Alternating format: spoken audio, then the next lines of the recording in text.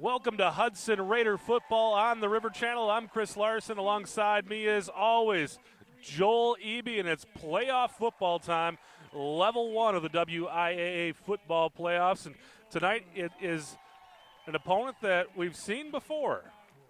In the past, we haven't had to play teams within the division in round one of the playoffs, but they've got a little different system this year, the way they put the playoffs together. And we're taking on Eau Claire Memorial, a team that we were able to blow out after a little bit of a tight one early on in the first half in that game. We ended up winning 48-20 over Eau Claire Memorial about 4 weeks ago.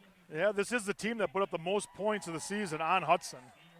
Defense has been pretty much very stingy, not giving up more than one score a game. Ended up giving up 20 points to Memorial. And, this is one of those games, Chris, where you hate to look past it. You hate to think that you're thinking, well, we've already, beat these guys once this year. But it's always tough to beat a team twice in 1 year. And Eau Claire Memorial has the type of offense that can be a little bit of a challenge for these Raiders. They can throw the ball around, even though they have a sophomore quarterback. It's a team that's willing to throw and a team that's very able to throw. They've got Andrew Davis as the receiver, one of the top receivers in the Big Rivers Conference. And one thing we're going to look for in Hudson on defense, I think they've made some changes. They've juggled some guys around on defense. I believe they've moved Miles Lewis up to corner. They've moved Emerson Corum to safety. So I guess, I don't know what all the reasoning was behind that, if we got some injuries or what. I didn't get the full story on it, but I think that's what we're going to see tonight. So the Raiders juggle it up a little bit on defense, and it appears that Eau Claire Memorial will be receiving the opening kick, and the Raiders will be on defense first as the kickoff team comes onto the field. Sam Somerville will be kicking off for the Raiders here. And, I think this is just what the Raiders want. They want to get out there, establish their dominance on defense. We've talked about it last week. Hudson's recipe for success has been real simple. Kick it deep, pin your opponent deep, force them a 3 and out, make them kick, get the ball in good field position, and run the ball in a short field. It's worked well for them all year. Let's hope they can just continue it tonight. Yeah, it rained all morning here, but hasn't rained for 4 or 5 hours. The field's a little bit slick, a little bit spongy, but I wouldn't say it's overly wet out there. The footing should be pretty good. There's absolutely no wind here, and for a night late in October, it's October 19th. Really, the temperature is pretty nice, very comfortable football playing weather tonight. Beautiful night for football. Kick is away from Somerville, and it'll be fielded around the 10-yard line by Eau Claire Memorial. And there's a block in the back. Raider coverage team able to cover him up around the 20. Looks like they may have had him stopped really inside the 20, but able to break a tackle, but there is a flag on the field. Yeah, there's a pretty obvious block in the back. That's going to move it back. I got to believe it's going to move back. Half this is the goal. It's going to be down around the 7-yard line. We'll see what the officials say, and indeed a block in the back. So the Raider defense will come onto the field with very good field position for a defense. Raiders coming off a very dominant performance last week against Menominee on defense, and we interested to see how they do tonight. Boy, and some of the numbers I read from that game, Hudson basically held Menominee to no yardage when you add in the sack yardage. Hudson had, I believe it was 8 or 10 sacks in that game. Menominee really only had 2 plays on offense the entire game. And they were both pass plays. One went for a touchdown, 51 yards for a touchdown. The other one was a 30-yard pass play that got him down to the 12-yard line. And Hudson's defense stiffened and got the ball back about on the 15. Eau Claire Memorial will open in the shotgun. Looking to throw, he's got time, throws it over to the left side. Picked off! Intercepted. Josh Evenson. They basically, Everhart threw that ball up for grabs, and Evenson just got under it and brought it down, and really the Memorial receiver didn't put up much of a fight for it. And I wondered what Memorial's strategy was going to be going into this game. The success they had last game was in throwing the ball. I kind of thought they'd come out and want to throw the ball. That was just, like you said, that was not that bad of a pass, but the receiver made really no effort to go back and get the ball. It was a little underthrown. So the Raider offense onto the field, and basically the same way you scripted it, Joel. Holmes will fake the handoff to Lott, and he runs it on the option, kicks it over to Kelly. Kelly with lots of room. Kelly on his feet, first down and more. Down inside the 30, down around the 20-yard line. Pickup of nearly 20 yards on first down.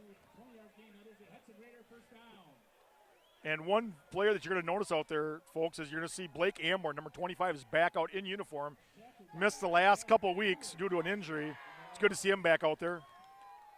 And it is Blake's senior year. I mentioned a couple times earlier I thought it was his junior year, but no, he's a senior, so back out there getting well-deserved playing time. Holmes under center. They'll send Kelly in motion and give it to Lockney. Lockney stood up, but still fighting for yards. Going to have a short gain. Joel, I believe. Oh, you're right. That is Blake Amborn onto the field. I don't think he carried the ball in that one, but I think he was out there. Yep. That was Kelly. So Lockney gains 2 on first down, brings up second down and 8 for the Raider offense. And I would think that Hudson's offense, they're going to be a little bit leery about, easing Amborn into the game here because of that injury that he is recovering from. And Holmes will run the option to the right side. They kick it out to Amborn. Amborn tries to make a man miss, dives forward for positive yards. It's going to set up a third down and about 5 coming up here for the Raiders. Tyson Humes makes the tackle for Eau Claire Memorial. And that was a nice defensive play because if he doesn't make that play, Amborn scores. Holmes will set up in the pistol this time. Herring, the receiver, wide to the right. And they'll send Amborn in motion, and now they run their option to the left side. Holmes kicks it to Kelly. Kelly makes a guy miss, dives forward for the first down, but where they're marking it, I believe he's going to be a little bit short. Boy, I'd be surprised if he's marked short of that. They are. They're marking it fourth down. Oh, he must have gone out of bounds, but that was a nice block on the outside there by the wide receiver on that side. 4th down and 1 coming up for Hudson. 2 receivers to the right. Well, I got to believe they're going to try to draw him off sides. That's been Hudson's MO all season.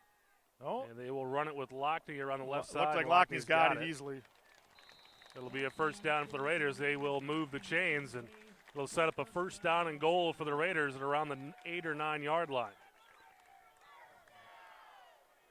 We've talked about it all year. This offensive line of Hudson's with Gaffin and Hayes, Yang, Mac Hamlin. Vince Lindstrom, that's what I was trying to think of. Gives it to Lockney up the middle, and Lockney's going to pick up about 4 or 5. And I'll give him a gain of 3. Mark it at the 6. This offensive line has been opening up holes all season for these running backs. I think that right side of the Hudson line with Hayes and Lindstrom has just been a go-to side for the Raiders this year. Send Kelly in motion, and Holmes is going to keep it himself. Holmes squirts into the end zone. He's in the end zone. Touchdown, Raiders! And that play was set up by the hands-off to Lockney earlier because everybody went for Lockney, left Holmes wide open to get in the end zone. Less than 2.5 minutes into the football game, the Raiders take a 6-0 lead. Somerville onto the field to make it 7-0, and they did exactly what you said, Joel. They came out on defense, they got a stop right away, and then the offense right down the field with their short field position and got it into the end zone. It's just that's the way it's been. That's a recipe they've worked to perfection all season. And Somerville's kick is I think he missed. Going to be close. Let's see what they say. It is good. good. Boy, it looked like he missed that one, but he managed to sneak through the left upright. So at 9:33 left in the first quarter, the Hudson Raiders lead it 7-0 over Eau Claire Memorial. I think this may be a game for Eau Claire Memorial. They're just going to come out swinging. They got nothing to lose. They're the underdog, and it seems to be, at least based upon what we saw in first down, that they're not going to hold anything back tonight in offense. Well, based on what we've seen from this Hudson team and based on what we've seen from Memorial, they're not going to beat Hudson by running the ball on the ground. Nobody's been able to run the ball in Hudson. The best team they've played so far was last week, and they totally annihilated Menominey's rushing game. I just think you're right. They got to come out swinging. They got to go for the fences. And, if you throw 3 bombs or 4 bombs and you only connect with one of them, you might score. Yep. So, yeah, Menominee came into that game the number 2 rushing attack in the conference and were really held to negative yards. I mean, it was a dominant performance by the Hudson Raider defense. We talked last week during the broadcast about that Fox Sports North was televising the game live, which is a very cool thing. And I did get a chance to watch the replay. It was very well done. But all they kept talking about was how beat up Menominee was and how all their mistakes started. And I'm just like, typical in Labuda fashion, deprecating his own team. It makes it like they don't have a chance. Kick fielded at the 20-yard line by Andrew Davis, and he's pulled down right away. They're going to get out to around the 29-yard line where Memorial will start this drive. Once again, they get a good spot on that. I don't think he came close to the 29. It looks like they're going to spot it. Short kickoff there for Somerville. It seems like Somerville's hit, he's been the tail of two kickers. Either he kicks it really deep or he kicks it, and I don't think he's trying to do either one. I think just he gets a little more leg into one than the other, but he's definitely done an excellent job all season. And along with the coverage team. So Memorial will come onto the field once again. Everhart, the sophomore quarterback, is going to run it himself up the middle, and he's going to pick up maybe about a yard. Oh, that was Motu, and he's going to have to come out of the game for a play, losing his helmet. Elliot Motu showing off that haircut. Quite a few of those on this football team this season. And, for some reason that gets to be a thing going around. Back when my son was playing, all the offensive linemen did that. Ran the Mohawks and no socks. It's a good look. If you can pull it off, it's a good look. So here's Everhart. They give him 3 on that. 2nd down and 7 here for Memorial. Looking to throw this time. He's got time. Throws it over the right side, tipped and incomplete. Overshot his receiver there. And there's another Memorial receiver behind him that almost had a chance to get that off the tip. I'm not sure. I guess I don't know for sure who he was throwing it to because it looked like he was a little high for the up receiver, and maybe that second receiver would have had a better chance at catching it if it wouldn't have been tipped. 3rd down and 7 coming up for the Old Abes. Old Abes into the playoffs thanks to their big victory last week against in-city rival Eau Claire North. Abes finished the Big Rivers Conference 4-3. Well, we're going to have a movement on Memorial. Looks like the left guard moved. Left guard, left tackle, excuse me. And that's just the type of thing that Memorial, they cannot do that to themselves. They can't. They have pretty much need to play the perfect mistake-free game to have any chance at winning this. So they go from 3rd and 7 to a 3rd down and 12. They'll make a personnel change and get set to go here in 3rd and very long. And this is a spot where you have to look for their number 1 receiver, Andrew Davis. He's wearing number 11. Aaron Fox wide to the left. And he's looking towards the flats there. It's going to be incomplete. Set up a little screen there for the receiver and just didn't have it going. Nope. So, and in this point of the field, Memorial's going to be forced to punt. And once again, Hudson should end up with the ball in decent field position. And with Miles Lewis back there, you never know what's going to happen. Miles Lewis and Dan Kelly deep to receive. Both of those guys have returned punts for touchdowns this year. Miles Lewis was going to put the last nail in the coffin of Menominee last week with his punt return for a touchdown.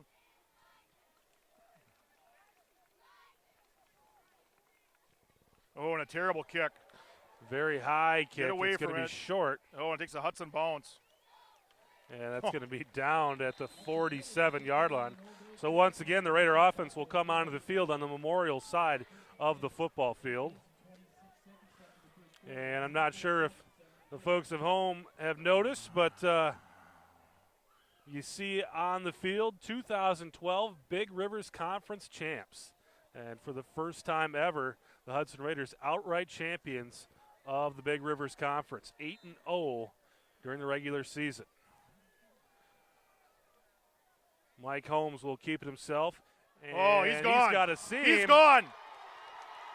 Holmes, stiff arm, but pulled out of bounds at around the 7-yard line. And Holmes found that seam and just kept finding more of them, and it was off to the races. I thought he was gone. Once he got into the open, I thought he was going to score, but pickup of 40 yards for Holmes, and the Raiders set up very quickly with the 1st and goal.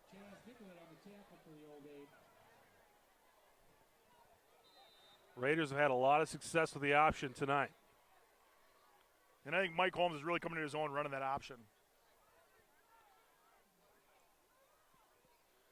And they'll give it to Lockney around the right side. He's going to be pulled down probably around the 4-yard line. Looks like he got a little tripped up there coming through out of the backfield. Still managed to get positive yards. 2nd down and goal from the 4-yard line for the Hudson Raiders. 7:45 left in the first quarter. Raiders looking to add to a 7-0 lead.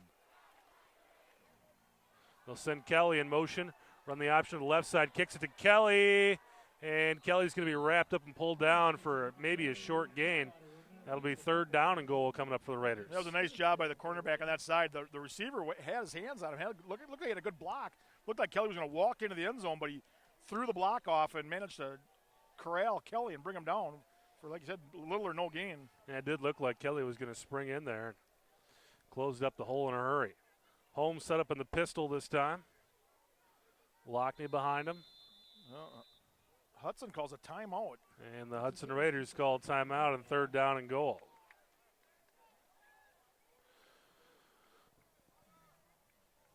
Coach Cowell's onto the field to have a little word with the fellas. And it's kind of an interesting spot here. You can go for it on 4th down and say, hey, we've got a dominating defense. We're going to go for it. Or else if you don't get it, maybe you kick the field goal and take the 2-score lead. You know, I would personally like to see maybe Hudson try to kick some field goals. I mean, from this point in the field, it's really nothing more than an extra point. But you would like to get that practice in there just for the snap, the hold, just for the fact that you may need that later on in the playoffs, you know, assuming they win tonight.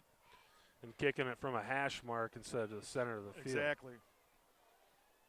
We talked last week, we really thought D.C. Everest was going to be our opponent, but they've redone the way that they pick opponents, and it's a seeding system now. The Hudson Raiders in their bracket are the number 2 seed. And from my intel, what I heard, you know, we all know my intel's not that good, but it came down to a coin flip. And the pass is batted down. The Raiders try some trickery.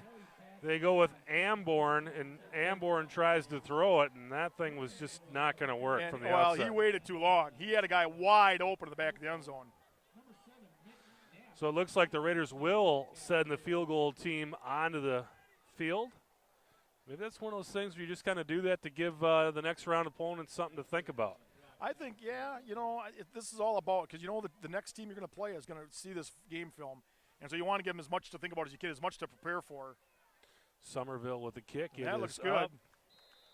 And good. So the Raiders get that 2-score lead. It's 10-0. Hudson over Eau Claire Memorial with 6:58 left in the first quarter. And I believe that's only Hudson's 2nd field goal of the season. I think you're right. It certainly hasn't been a lot of them. Well, they haven't had to. I mean, No. you know, we've been pretty lucky where we've been able to punch it in from that position on the field. And that may have been one of those things, if we felt like we had to score a touchdown, you run it twice there and take what you can get. But I think perhaps Coach Cowles was thinking, hey, maybe we give Bayport something to think about and get an opportunity for our field goal team to come out of the field and see what they can do. Well, and plus it gives them confidence. You know, you want to have that group having the confidence they need if they come into a pressure situation that, hey, we can do this. We've kicked them before. This isn't a big deal. And again, it's not just the kick. It's the snap. It's the hold. It's everything. The blocking up front, all that. They need to practice that. And practicing it in practice situations is a lot different than actually doing it in a game situation. So Somerville puts the ball in the tee, and the Raiders get set to kick off for the 3rd time tonight.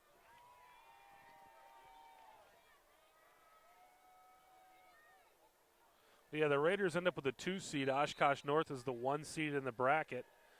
And if it did come down to a coin flip, I feel a lot better about it because I looked at our schedule and I looked at Oshkosh North's schedule, and I think you'd have a hard time making a case that their schedule was tougher than ours. Well, I think a lot of it came down to is that Stevens Point changed their vote because they didn't want to play Hudson in the 2nd round. And I thought that you could see a little bit of that too.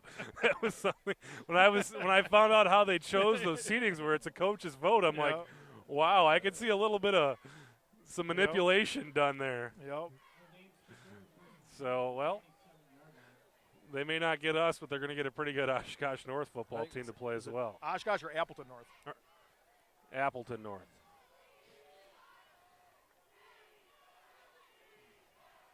And they will run it this time, and the Raider defense shuts it down. Aaron Fox gets nowhere. Matt Iverson credited with the tackle. And I'll be honest, I think in our bracket or our section, whatever you want to call it, I don't think Spash is going to make it out of the first round. I think they're going to get beat by Green Bay Southwest. They very well could. That's a good Green Bay team. Indeed. Or is it Green Bay Preble? It's Green Bay Preble. Southwest is a Division 2. Southwest Division 2. They're the ones that are undefeated, but Preble only has one loss. Yeah. Yeah, it's a very difficult bracket. It's the only bracket in the state with the 7-1 number 5 seed, and the only bracket in the state with 2 undefeated football teams in it. Everhart calls for the snap, throws it out to the left side to Davis. Oh. Ball goes through the hands of Davis and incomplete. And that was one of the things I saw with this team about a month ago is Davis has, some chances where he makes some big plays, but he also lets quite a few balls go through his hands. And I can't believe it is a little bit of a brisk night, but, those are balls you got to catch. If you're going to have any chance of winning this game, you got to make those plays. We talked about it all season. Players need to step up and make plays. That's what wins games. So Randy Moss used to always say, got to make plays, man. You got to make plays. 3rd down and 8. And that looks like the end of the first quarter. There's 6:01 left. The timeout? I believe Memorial must have called the timeout.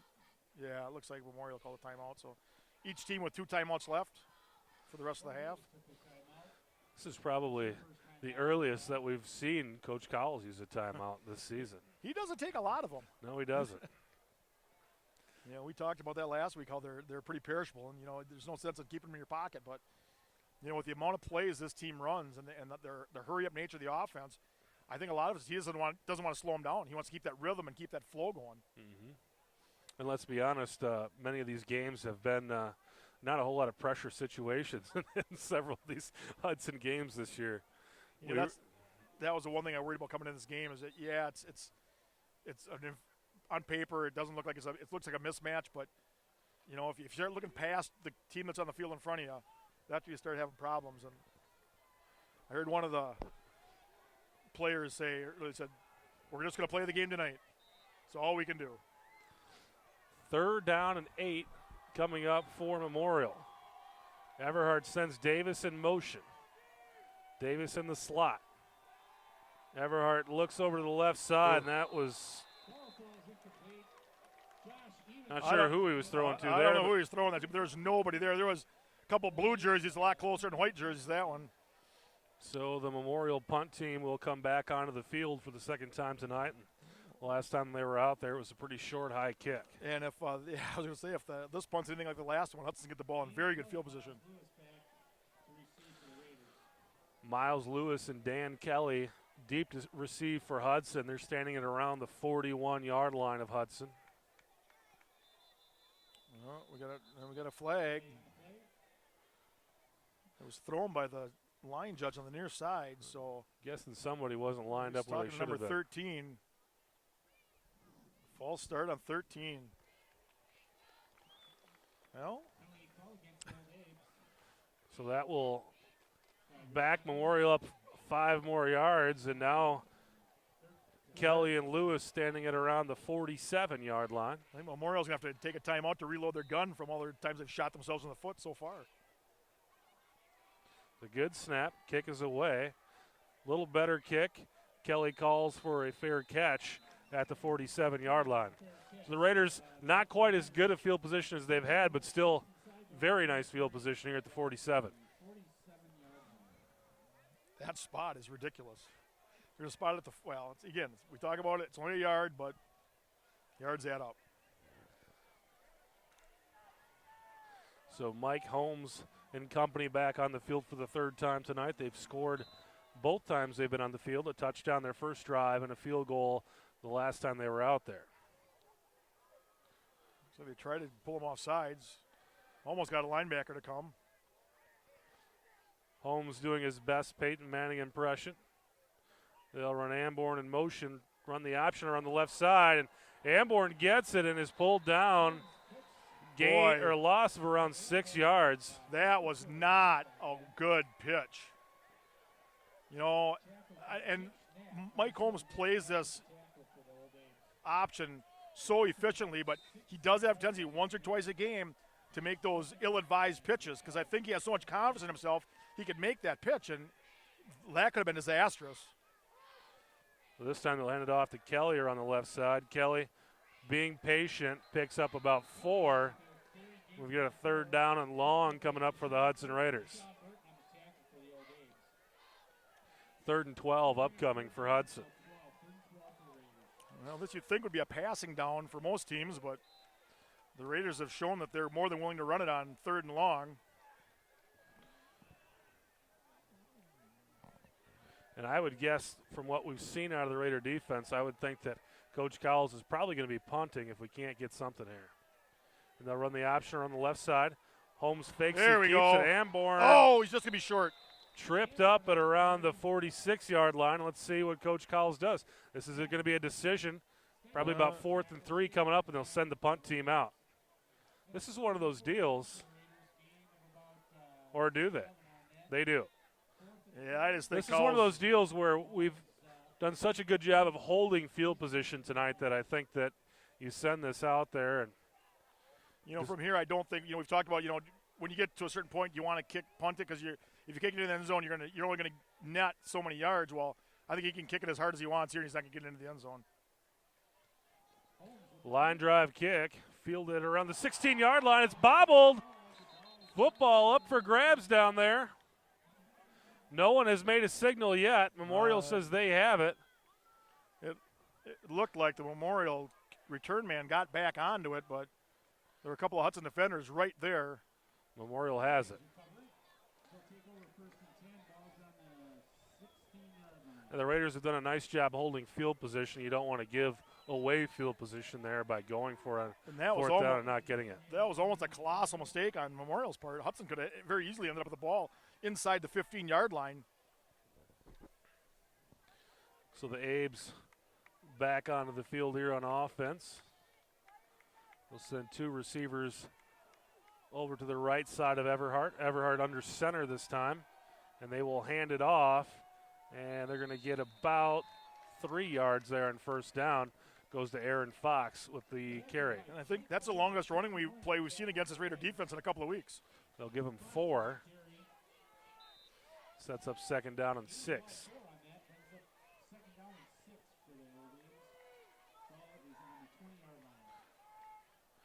5 playoff teams in the Big Rivers Conference this year.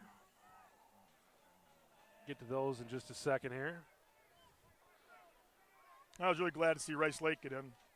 2 receivers to the left, and they'll hand it off with Fox once again. Fox dives. He's going to be a little bit short of the 1st down. Set up a 3rd down and a short 2 for Memorial. Jake Shaw with the tackle. But, yeah, we had Hudson Raiders win the conference at 8-0. Menominee at 7-1. They're in Division II. They're a 2 seed in their bracket.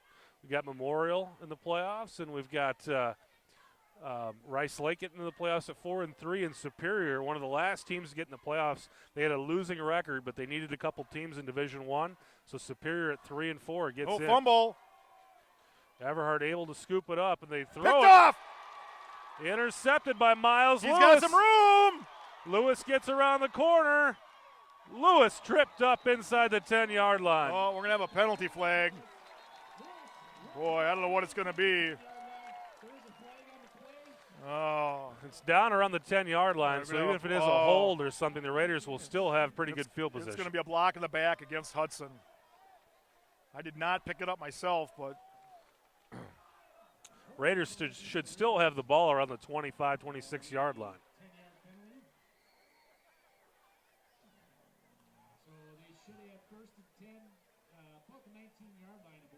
See where they mark it off here. It will be Raider football. The penalty was called after the change of possession. Just a matter of where the Raiders will get it. Well, that is a 15-yard. Now, I don't understand. They marched off. Raiders will get the ball at the 23 3-yard line. That would be like about a 12-yard penalty. He called it at the 11, and they marked it off for the 22. How does that work? So it's an 11-yard penalty. They'll send Kelly in motion. Holmes will hand it off That's to Amborn. Amborn's going to be into the end zone. Touchdown, Raiders. Amborn slid through one arm tackle, and then there was no one there to stop him. And that was that inside reverse that Hudson's done. They have all the motion going to the left side. They hand it back off to Amborn going to the right. Once he got through that line of scrimmage, there was absolutely nobody there. So the Raiders into the end zone for the second time tonight. Sam Somerville will come onto the field to kick the extra point to try to stretch the lead to 17-0. And it's down, the kick is up, and that's going to be good. It'll be 17-0. Hudson Raiders over Eau Claire Memorial with 2:24 left in the first quarter. And really, other than that one drive on offense that they couldn't get anything going, it's pretty much been all Hudson in this game. And, last week we saw the dominance of Hudson's front three and their linebackers with all the pressure, all the sacks. This week it looks like it's the cornerbacks, the safeties coming up with those big picks. 2 interceptions in this game for the Raider defense. And when Memorial's had to punt it really hasn't done them much good either. And I don't know if Miles Lewis was happy with the switch to cornerback or not, but he has to be pretty happy after that because he wouldn't have got that pick if he would have been playing safety. He's a bigger guy. I mean, I could really see him playing corner. He's a big physical guy. And really, Corum is probably better suited to play that safety position. I think they did early in spring and, early in practice, they did have Miles playing some corner. But then, for whatever reason, they put him back to safety. And it's been phenomenal all season. And, I just can't say enough about this defense that Neil Hatfield's put together is just it's the best defense I've seen. There's really, you can't make any kind of complaints with this defense this season. And it's great talking to Coach Hatfield when he comes up and down here at the press box. And we're always trying to shake his hand and pat him on the back. And all he wants to do is give credit to the players. Yep, that's kicked by Somerville. And it will be fielded around the 12-yard line by Andrew Day. And just drilled and pulled down. Tanner Hoversholm was the ball carrier for Memorial, and he's pulled down at the 25. And that Emerson Corum in there with the hit with the shoulder, and the return man almost bounced off it and got outside, but there's a couple Raiders there to clean up the mess. And that's one thing we've said it time and time again. This Raider kick coverage team has not let anything get past them all season. Oh, it's been fun to watch. And hopefully we'll watch it for a lot longer. Running around the right side of the Fox, and Jake Shaw tripped him up for a short gain. They'll give him a yard on it.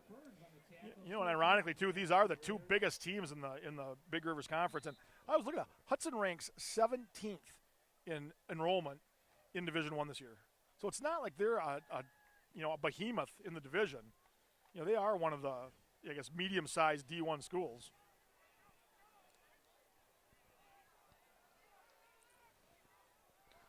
Memorial 2 wideouts on the right, 1 on the left. Everson runs a little shovel pass, and that's going to get about 4 or 5 yards. They optioned the defensive end on that just to perfection. Evenson makes the tackle for Hudson. Sets up 3rd down and 6 for Eau Claire Memorial. But even that play, it looked like it was going to be a big gainer. It looks like they had it, set up perfectly, played it perfectly. They, fooled the Hudson defender, and yet there's a linebacker right there to clean up. A lot of speed on this Hudson Raider defense. As we talked about, the closing speed of the Raider defense has been impressive all year. Memorial in the shotgun here. Rolls to his right, throws it to his right, and it's going to be incomplete. And that should send out the punting team. Everhart looking for Sam Moskow. He was wide open over there. There was no one within 5 yards of him, just simply missed his receiver. This Memorial team's a really young football team. They've got a sophomore quarterback, a lot of juniors on the field. This is going to be a team that in the next year or two is going to be a pretty tough out. We've seen a couple of pretty good young quarterbacks this year. That Rice Lakes quarterback, I believe, isn't it? River Falls quarterback's very young.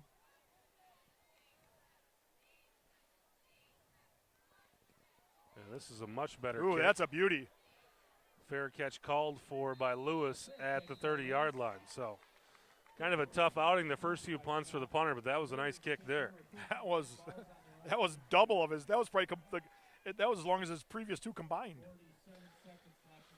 Maybe all three of them. So the Raiders will set up shop on their own 32-yard line. It's the worst field position they've had so far tonight. 47 seconds remaining in the first quarter. Hudson Raiders leading at 17-0 over Eau Claire Memorial. This is a first-round Division I playoff game. The winner will play the winner of the Bayport DC Everest game. And they'll give it to Lockney around the left side. Lockney's going to pick up about 2 or 3 yards on first down. DC Everest 4-4 on the season. Bayport 7-1. They were the 4th-ranked team in Division I before they were throttled last week at Green Bay Southwest. Yeah. So they entered the playoffs 7-1. I've heard some rumblings coming from that side of the state. They think DC Everett's got a shot at winning that game. Holmes looking to throw. Holmes throwing it He's deep. overthrowing him. He had him open. Overshoots Amborn. Amborn was wide open going down the sideline. Nice looking throw. Spiral there, but it's too long for Amborn. It'll set up 3rd down and a long 7 or short 8 for Hudson.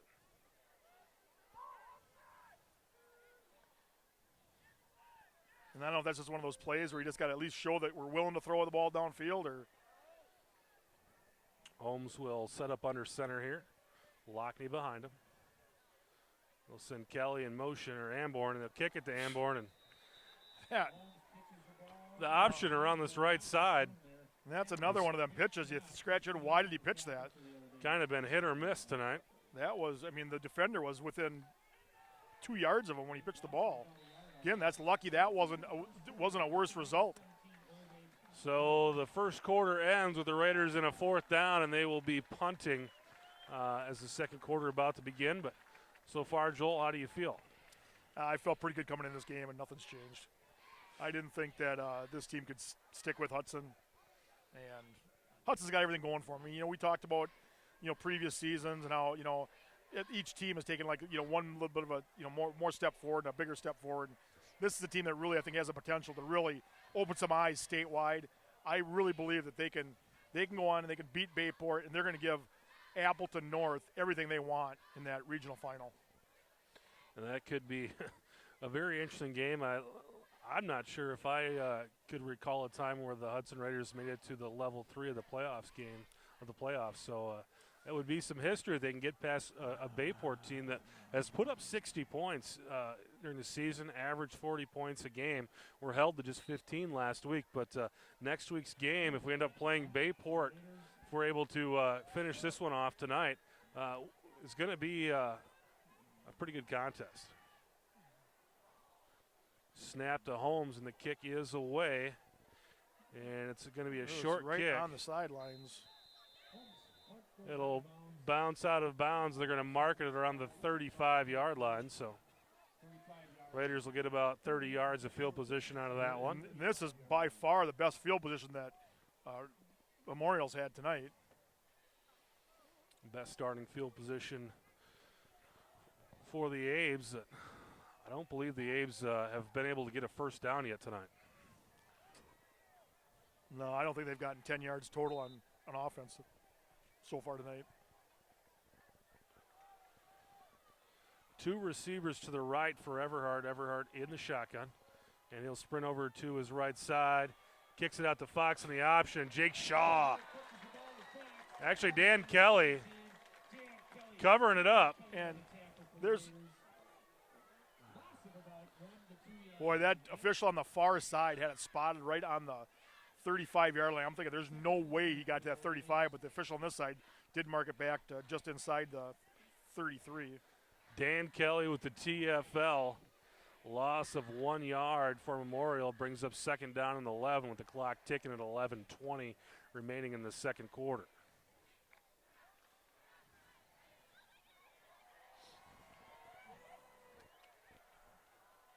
Memorial will line up 2 receivers to the left this time. And Everhart looking to throw. Gets it over there to the right side. Jump ball, and I believe it's caught. Flag on the play, but caught by Andrew Davis. 3 guys went up for it. Let's see what the call is here. I gotta believe it's going to go against the Raiders. Yeah, he's against Hudson. Probably going to get declined. They're going to call pass interference on Hudson. But I mean, they have a first down if they don't take the penalty. I got to believe that it's just I believe in high school it's a 10-yard penalty. It's not a spot foul, so that would not give them the first down because they had 2nd and 11. I don't believe they would not add it on to the catch.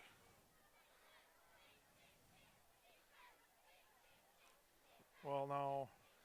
Well, the official doesn't signal decline, but either way, it's going to be a first down. Well, for now Oakland he's Memorial. marking. He's going back. It must be a 15-yard penalty because he's going to mark off the penalty. There,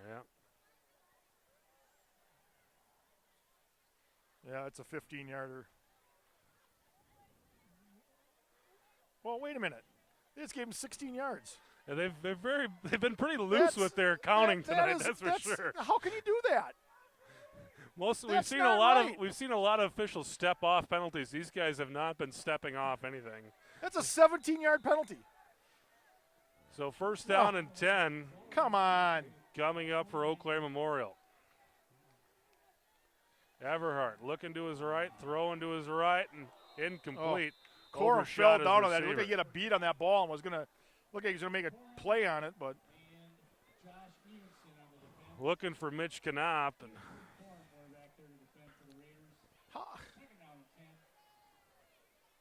second and 10 coming up for the Abes. I'm still at a loss for words over that mark off of that penalty. These guys like to do math in their head. The ball was on the 34-yard line, and they brought it out to the 51 or to the 49 of the Raiders.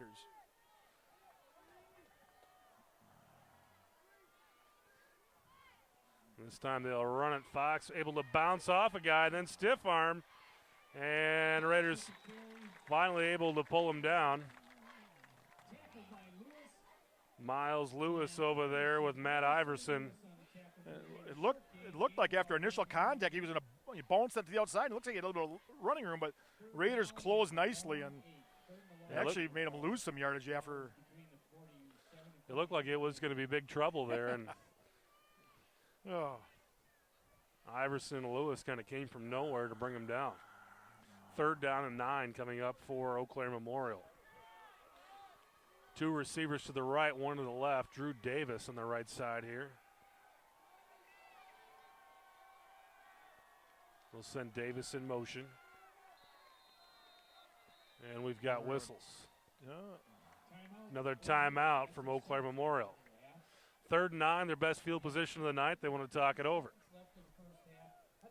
9:50 remaining here in this second quarter.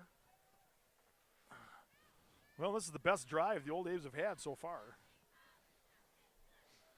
I'm going to talk it over and try to capitalize on it.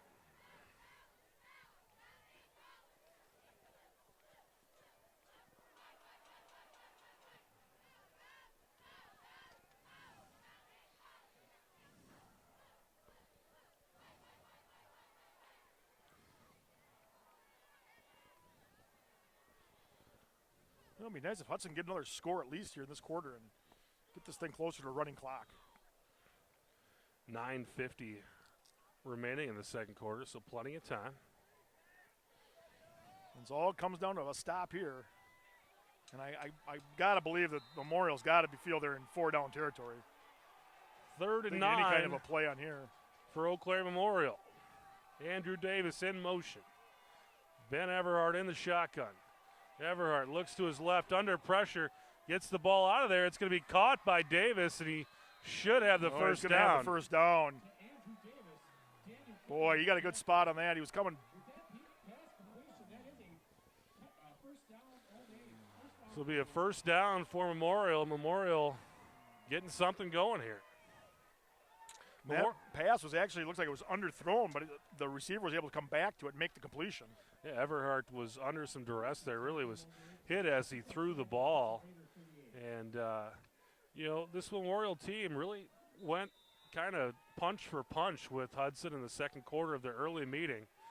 Haven't shown much here so far tonight, but they're getting it going now. And they'll hand it off to Fox, and Fox is going to be pulled down.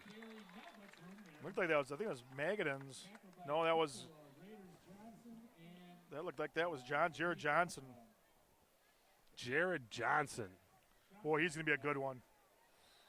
Johnson really dominated much of the Menominee game last week. Him and Alex Burgess both had, coming out parties. That's one thing I'm a little surprised we haven't seen more pressure on Memorial when they've dropped back to pass.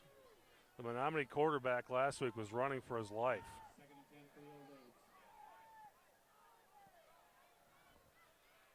Everhart with two receivers to his right, one to his left, looking to his right, throwing it over there, and it's going to be incomplete. And that may have been a little bit by design too. Last week we didn't really face a running quarterback. I think Everhart has a little bit more ability to if he does elude the pass rush, he's got the ability to scramble and make a big play happen. Where you didn't see that from the Menominee quarterback last week. I think another thing this Memorial team does that Menominee doesn't do is the passes are much quicker here. Menominee they're trying to go for touchdowns, and it's a slower developing pass game. No, we've talked about that a lot, that if you try to run those long routes, the pressure's going to get to you. Everhart rolls to his left. Johnson sneaking up on him, gets the ball out of there. That's coming back. They got a whole handful of Jared Johnson on that play. Caught by Davis, but there is a hanky on the ground, and it is in the neighborhood of a hold on Memorial. Now, if these guys count this off correctly, this hold was really 4 or 5 yards deep. It should bring up a third down and about 25. I don't have any faith that I'm marking it off right. They're going right back to the line of scrimmage. They're going to mark it off from there. And that's what they'll do. Yeah. So 3rd and 20 coming up for Eau Claire Memorial. Oh.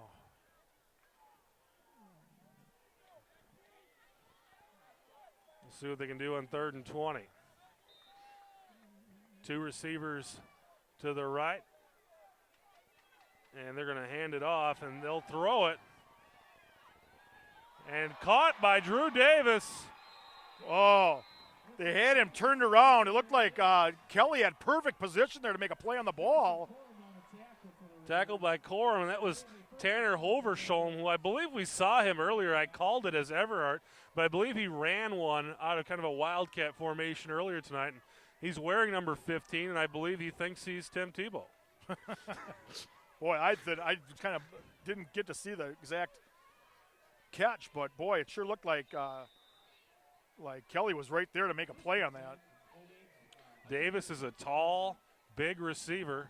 They'll give it to Foxer on the left side, and Fox is the short gain. They'll give him about a half a yard. And again, it's like last week. Hudson's defense will give up nothing on the ground. Only their Achilles heel has been passing yards, and you really can't complain when you're only giving up one touchdown a week. I guess you really can't complain about it, can you? I don't think you can. I don't think you can either. And we saw a magnificent defensive stand from about this spot on the field last week. 2nd down and 9 coming up for Memorial. 2 to the left, 1 to the right. For Everhart in the shotgun. Everhart rolls to his left, throws it up into the end zone. Nice play. Down. Miles Lewis bats it down. They were looking for Drew Davis there and couldn't get him. Yeah, check that. They were looking for Miles Lewis with an outstanding play. Had good position, got his hand up there, knocked the ball down. Ooh, and Memorial takes their last time out. And again, this may be one of those things where they're deep in Raider territory. Want to make sure they get the play that they want. 3rd down and 9. And get a score here and cut it to 10. Raiders leading it 17-0. 7:49 remaining in the second quarter. And really, this is the first time tonight that Eau Claire Memorial's had anything going. And this is, again, is a game that Hudson should win going away. And you just think the more longer you let a team like this hang around, you don't want to get into the second half where you're, within a score or two of, letting this thing slip away. Memorial kind of talked about it a few times tonight, but really traded punches with the Raiders in the second quarter in that last game. They were tying it, going back and forth, and the Raiders were able to come up with a long run from Dan Lochte and a kickoff return from Mike Holmes for a touchdown. That really just, the Raiders pulled away from that point. And in the second half, the running game just dominated Eau Claire Memorial. And that's, we talked about that, after that game was that Hudson that was kind of the defining game of Hudson being able to, come back from that score. Last week, they just stopped the score. Drew Davis wide to the right. Raiders will switch up. Kelly will cover him. They'll throw it out to Davis with Kelly on him. And that's picked. That's picked. Kelly comes down with the football. Out of bounds. Oh. The officials. Wow, I thought Kelly had that. Say it was out of bounds. Lewis was on Davis, and they switched. Kelly came over and picked him up right before the snap. And Kelly is a much shorter player than Andrew Davis, but still able to come out of there with the football. And Lewis was on a full-out corner blitz on that, leaving Kelly one-on-one with the receiver. 4th down and 9 coming up for Memorial at the 14-yard line. And once again, this is kind of where they're just going to come out swinging. Everhart looking to throw, throws it over to the right side. Oh, he's got it. Man. He caught it. Oh, what a nice pass. Oh. Looks like that's Knopp over there, and I think they may have to measure it. It's going to depend on the spot. Well, if they didn't get it, that's a receiver's They're fault because he had been looking down. at that first down marker as he was running across the field. He knew exactly where he had to get to. So on 4th down and 9, Memorial able to complete the pass for 10, and they will have a 1st and goal at the Raider 2-yard line, trying to cut into a 17-0 lead. Look at that. Hudson had pretty good coverage on that, but that was just a perfectly thrown pass. Very well thrown ball from the sophomore Everhart, and Memorial's in business. They'll send a receiver in motion.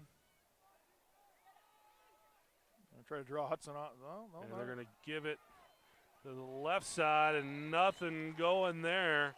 Might have even lost a little bit. Tanner Hoversholm gets nothing. Ethan Stanchek with the tackle for the Raiders.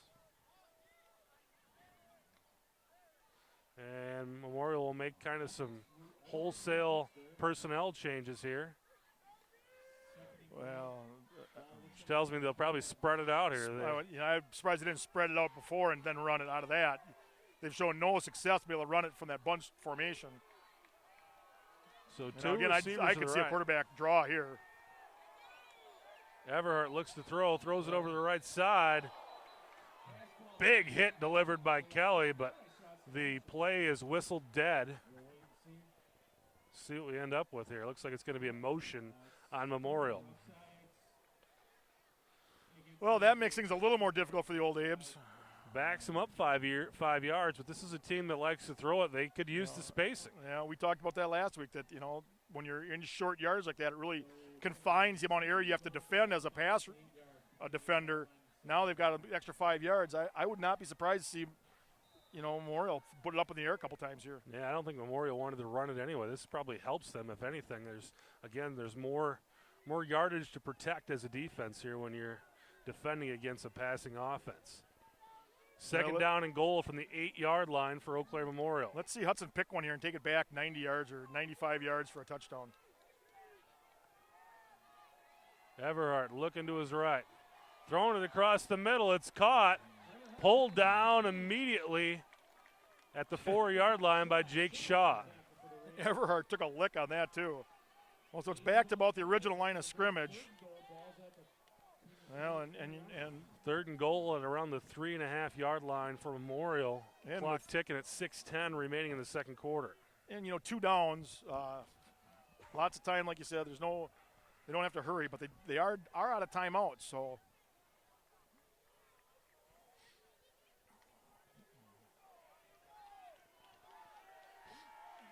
Everhart will go under center.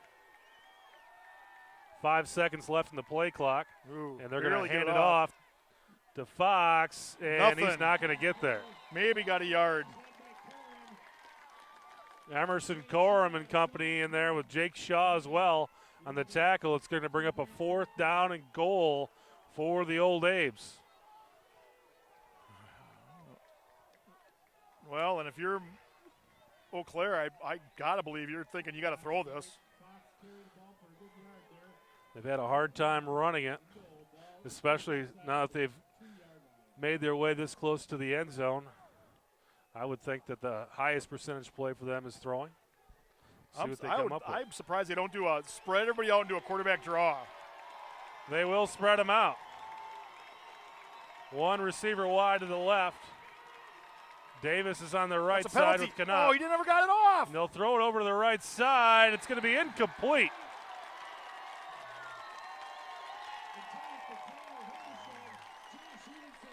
Josh Evenson breaks up the pass. They were looking for Oversholm, and the Raider defense stands stout. That's 2 weeks in a row we've seen the Raider defense come up big down in their own shadow, their own goal line, own goal post.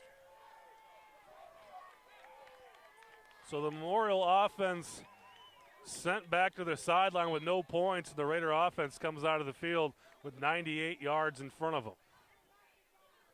And Holmes is going to give it to Lockney. Lockney will gain about 2. And this is a position where you have to be able to run the ball. Lockney had some big runs against Memorial in that earlier contest. Hasn't been able to get really much going tonight. A lot of short 2, 3, 4-yard gains tonight. Ripped off a 70-yarder and had a couple other long ones. Now we've got a timeout. I don't know what. We got an official's timeout. Looks like an official's timeout. I don't know what.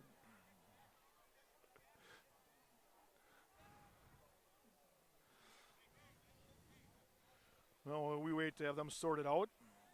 Now it looks like they're going to get together and talk about it. They're going to come over and talk to the Hudson bench. Must be something to do with the clock, I'm assuming.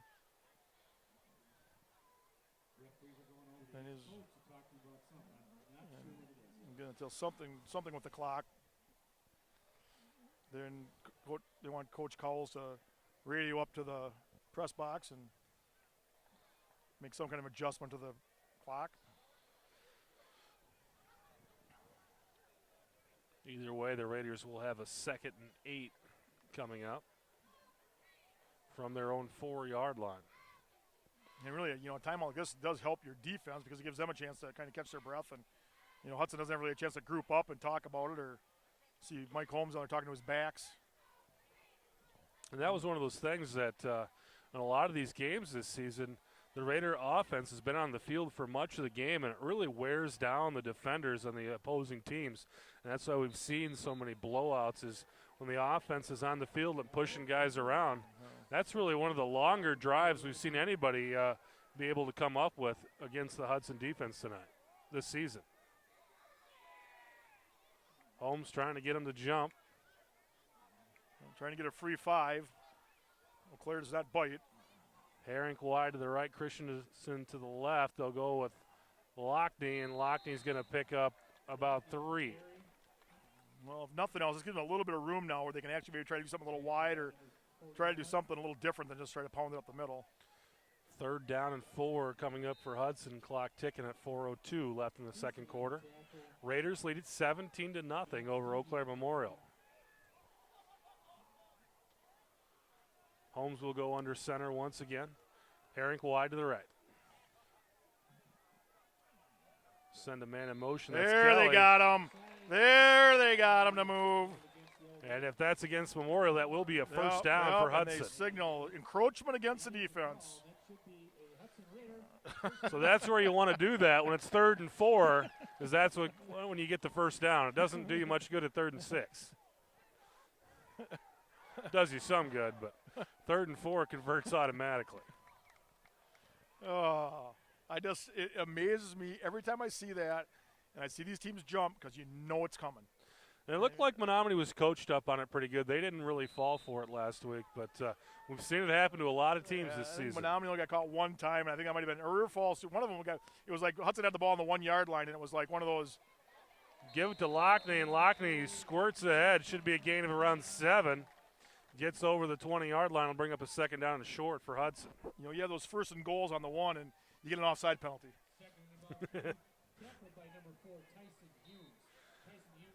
Second down and a long 3 for Hudson. Harrington lone wide out. They'll send Amborn in motion, and Holmes that time didn't pitch it, and he lost some yards. They had a hard time running that option around the right side tonight. And that's one of those, you know, you'd think the way they were running up the middle, maybe that would have been at least trying to maybe not give it to Lockney again, but they could have ran that inside reverse again and tried to get Amborn or Kelly loose on the inside. 3rd and 4 turns into 3rd and 6, or 2nd and 4 goes to 3rd and 6. Holmes runs into one of his own players. Holmes so he's looking to pass. Throw and overshoots Lockney, and that's going to bring up 4th down. That'll bring out the punt team. Well, the Raiders haven't really looked like the offense that we've seen this season tonight. Had a few sputters here. Man, they've passed the ball more tonight than they have probably in the last 2 weeks combined.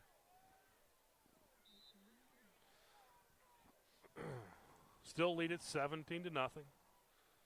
We've kind of been spoiled. I think this is one of those games where the Hudson coaching staff is saying, hey, look, you know, this is the playoffs. We need to try out a couple different things. And Holmes sends a kick away. Barely gets it off. Fair catch called for at around the 46-yard line. And they'll mark it at the 45. Holmes was lucky to get that kick off. It looked like the Eau Claire defender was going to get a hand on it, and Holmes somehow managed to get it past him.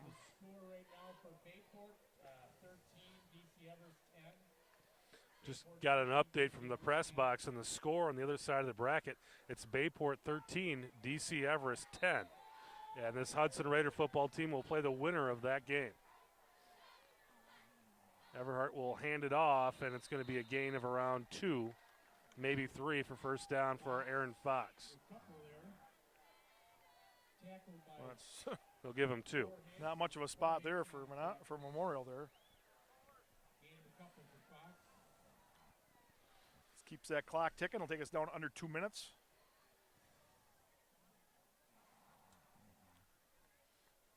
This game has really been humming right along. 2 receivers to the right for Everhart in the shotgun. Fox stands next to him. Everhart looking to throw to his right. Throws it deep, and nobody's home. Dan Kelly and Miles Lewis, the 2 closest players to the football. I don't understand. It looked like the wide receiver just kind of gave up on it. That was number 6, Sam Moskal. Oh, yeah, that's Moskal. He kind of gave up on it. Once the quarterback got rid of the ball, it's like he just kind of slowed up. And there were 2 Hudson defenders there. He's like, well, I'm not going to get in the middle of that, which is fine with us. 3rd down and 8 coming up for Eau Claire Memorial. Clock stopped at 1:39.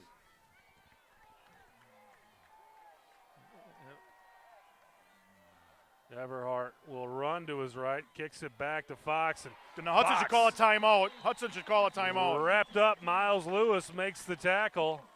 Why isn't Hudson calling a timeout? Why is Hudson not calling a timeout? Clock still ticking at 1:19. I do not understand this at all. Hudson. You could have gotten the ball back with a minute 25, minute 30 left. Raiders have 2 timeouts remaining. That's just. They're letting the clock drain here. I think they're maybe just happy with they want to get this game over as quick as possible and not get anybody hurt, and let's just get it over with. And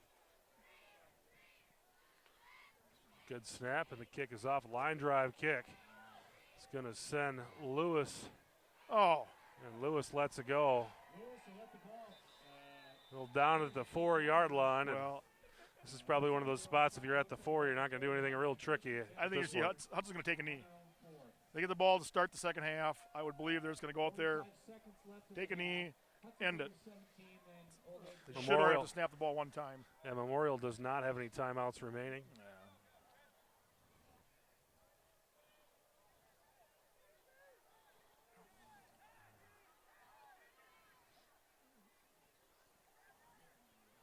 And Holmes calls. Looks like Holmes going to call him into the victory formation there. And they will. Could have been close and just take a knee.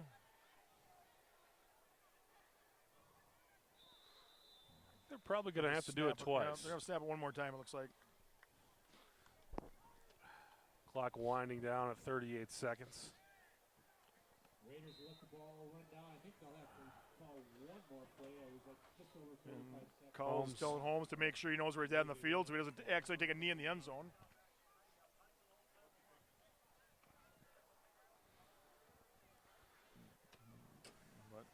So Holmes set up here, and he should just knee this football. He does, and the Raiders will go into the locker room ahead in this football game 17-0, and they will receive the opening kickoff of the second half. So we head to halftime. The Raiders taking care of business.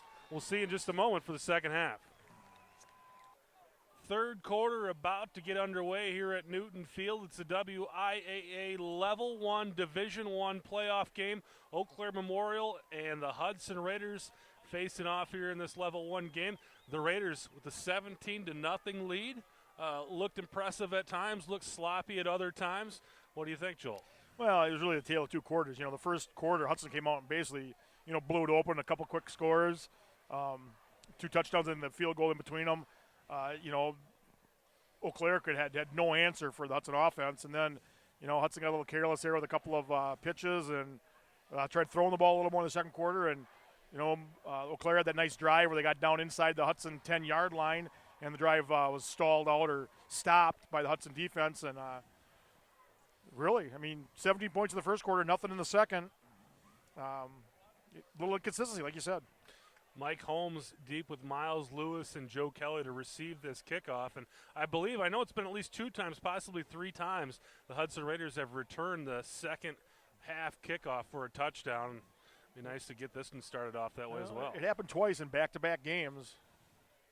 Raiders have returned quite a few kicks this season between kickoffs and punts for touchdowns. And really, when you consider they haven't received that many kickoffs this season because the defense has been so stingy, it's even more impressive. Oh, yeah, this is the first time we've seen the Hudson kick return team tonight. Hopefully the only time we'll see it. So really, in most of these games, only 2 or 3 opportunities, and I believe they've returned 2 or 3, I know at least 2 kicks for touchdowns this season. And the kick is away, and it's a short kick. Heads-up play there by Alex Burgess. Bounces it off Stanchek, and Burgess right there to fall on it. So once again, Memorial comes out swinging, taking some chances, trying to make something happen. Why not? It doesn't matter. Take some swings, go for the victory, and that's the only thing you can do. And I think that's another thing. They've seen the tapes. They've seen what Hudson's done on the kick returns, and they don't want to take any chance of Hudson being able to get one, run back, and really put this thing out of reach. So the Raider offense on the field at their own 41-yard line. Very good starting field position, really some of the best that they've had in quite a few drives here. Mike Holmes will line up in the pistol. Herink wide to the right, Dan Lockney behind him. Amborn and Kelly goes in motion, and they'll run the option around the right side. And Holmes will keep it. Makes the guy miss. He's across the 50-yard line. He's going to be just shy of a first down. Pickup of about 9 on first down and 10. It's going to leave a third down and short for Hudson. I think it was Lockney out there doing a nice job blocking on the corner to give Mike Holmes the edge and allow him to get that 9 yards. And one thing we have seen out of the Hudson offense, we've seen them come out a little bit sluggish to start the second half of games. 2nd and 1 coming up for the Raiders. And they'll give it to Lockney. Lockney's got the first down. That'll move the chains. It's going to be dives forward for a gain of 2. And now I've complained about these spots all year. Now the official on the far side had the ball spotted, looked back to where the yards marker was, and took a half a step towards the Eau Claire end zone, which gave Hudson the first down. So the Raiders move the chains. 1st and 10 at the 48-yard line of Eau Claire Memorial.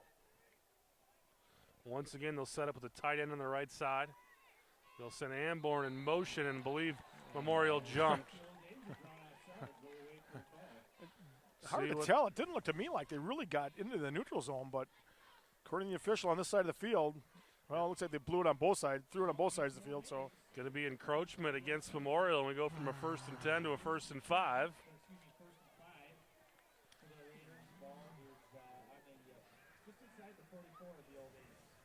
It'll be nice to see Hudson come out and just run this one down the field, put it into the end zone, and realistically, I think if they can get one in the end zone here, it's going to put it out of reach for Eau Claire.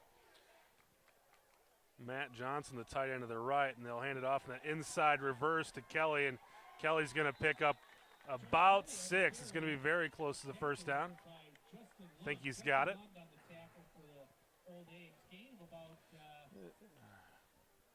That's been a play that the Raiders have almost really run to perfection. They've been able to get big chunks of yardage on that play. All the motion goes to the right side, and then they swing around and hand it off to the running back, cutting to the left. Gain of 6 sets up 1st and 10 for the Raiders at the 37-yard line of Eau Claire Memorial. They'll run Amborn in motion. They'll give it to Kelly once again. He bounces off a guy, takes it outside. Going to have about 2 or 3 yards on first down. That looked like it could have been a disaster the way it started. Hudson guys running into each other. And the Raiders had some success early in this game to the edges, but since then, Memorial's done a nice job of pursuing to the edges.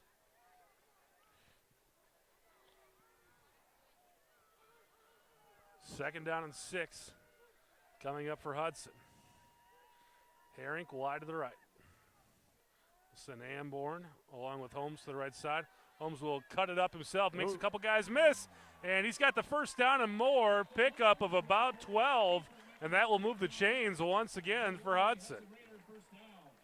That's that slipperiness of Mike Holmes we've talked about so often. Looked like he was going to be stopped for little or no gain, and managed to slip to the outside and pick up a nice chunk of yards. He's not a big guy, but it seems to be really tough to tackle. He slips out of a lot of arm tackles on the field. I was talking to some of the other parents before the game. They said he's really. I thought he was one of the fastest kids on the team. They said, no, he's really not. He's about the 3rd or 4th fastest kid on the. And Holmes looking to pass. His guy wasn't there and ends up getting pulled down. It was a coverage sack. Holmes wanted to throw it and just wasn't home. Loss of 5, though. And we've got a 2nd and 15 coming up for Hudson. I think that's one of those plays where if Holmes has got to get rid of that ball. If it's not there, you got to just wind up and sail it through the end zone. So 2nd and 15. And they'll fake the handoff to Lockney, run it around the left side. Holmes is going to keep it himself. Holmes again makes a guy miss and picks up an extra 5 yards. And again, there was a spot it looked like he should have been pulled down and was able to slide out of the tackle. Looks like they're going to spot that right inside the 20, so that should. Pickup of 8 for Holmes will bring up 3rd down and a long 7 for the Raiders at the 20-yard line, and 4-down territory here for Hudson. Yeah, I got here they're bringing in Zastro at quarterback. And this is interesting. Holmes is on the sidelines. Usually when they do this, they put Holmes at one of the back positions. Zastro in at quarterback. And Zastro rolls to throw. Throws it downfield. It's going to be incomplete.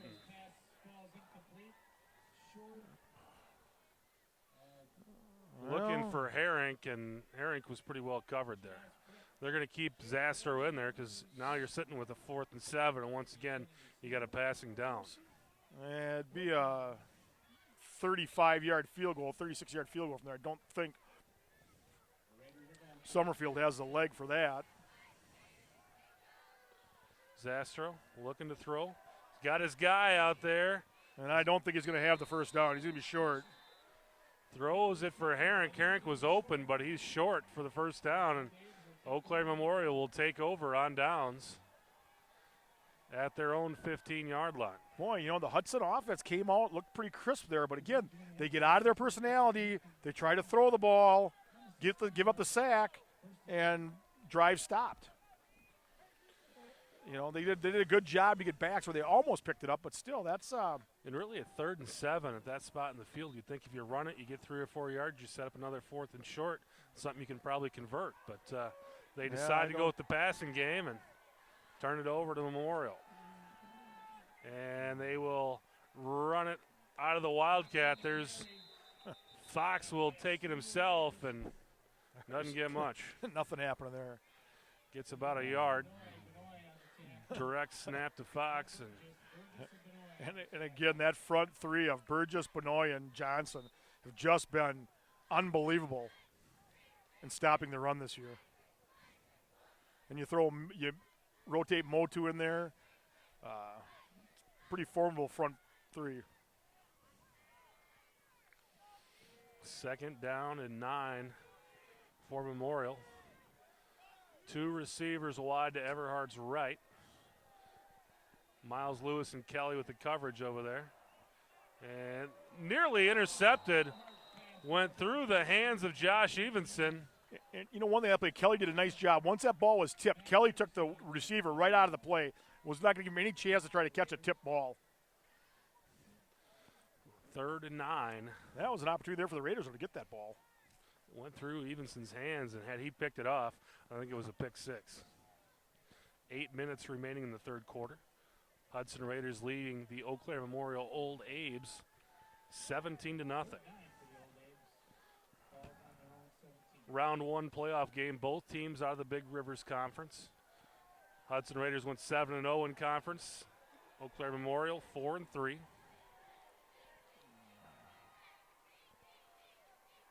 Everhart looking to throw, throws it across the middle, nearly caught. There was a little tip there at Burns the in line of coverage scrimmage. there. Looked like it was tipped at the line of scrimmage there, Chris. I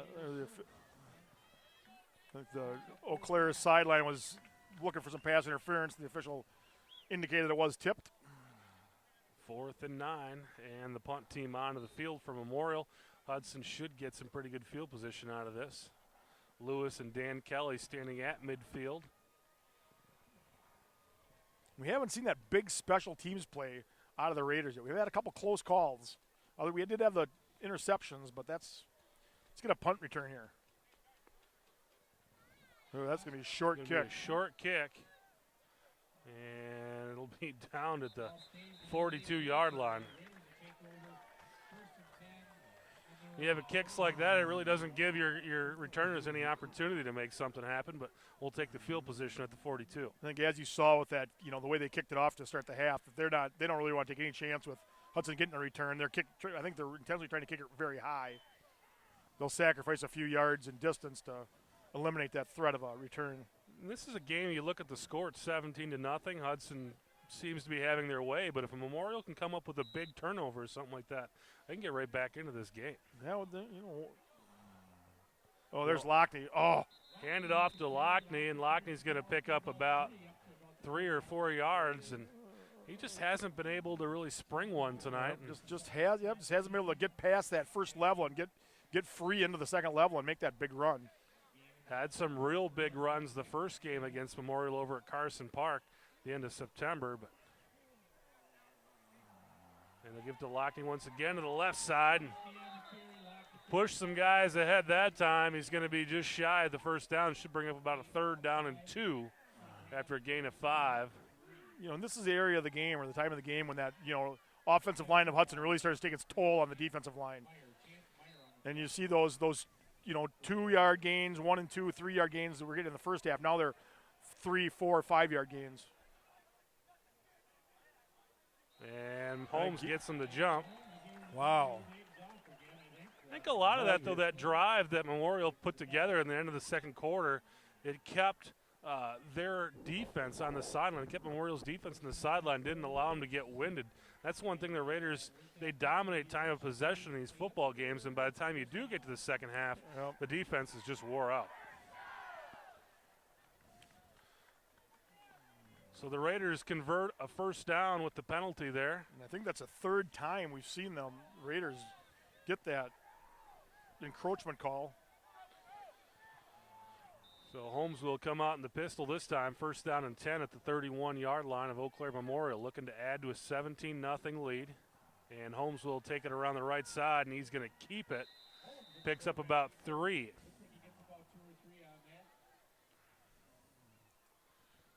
They'll give him 2. He didn't get much there, but that was a good decision. I think they had that pretty well covered on the pitch man.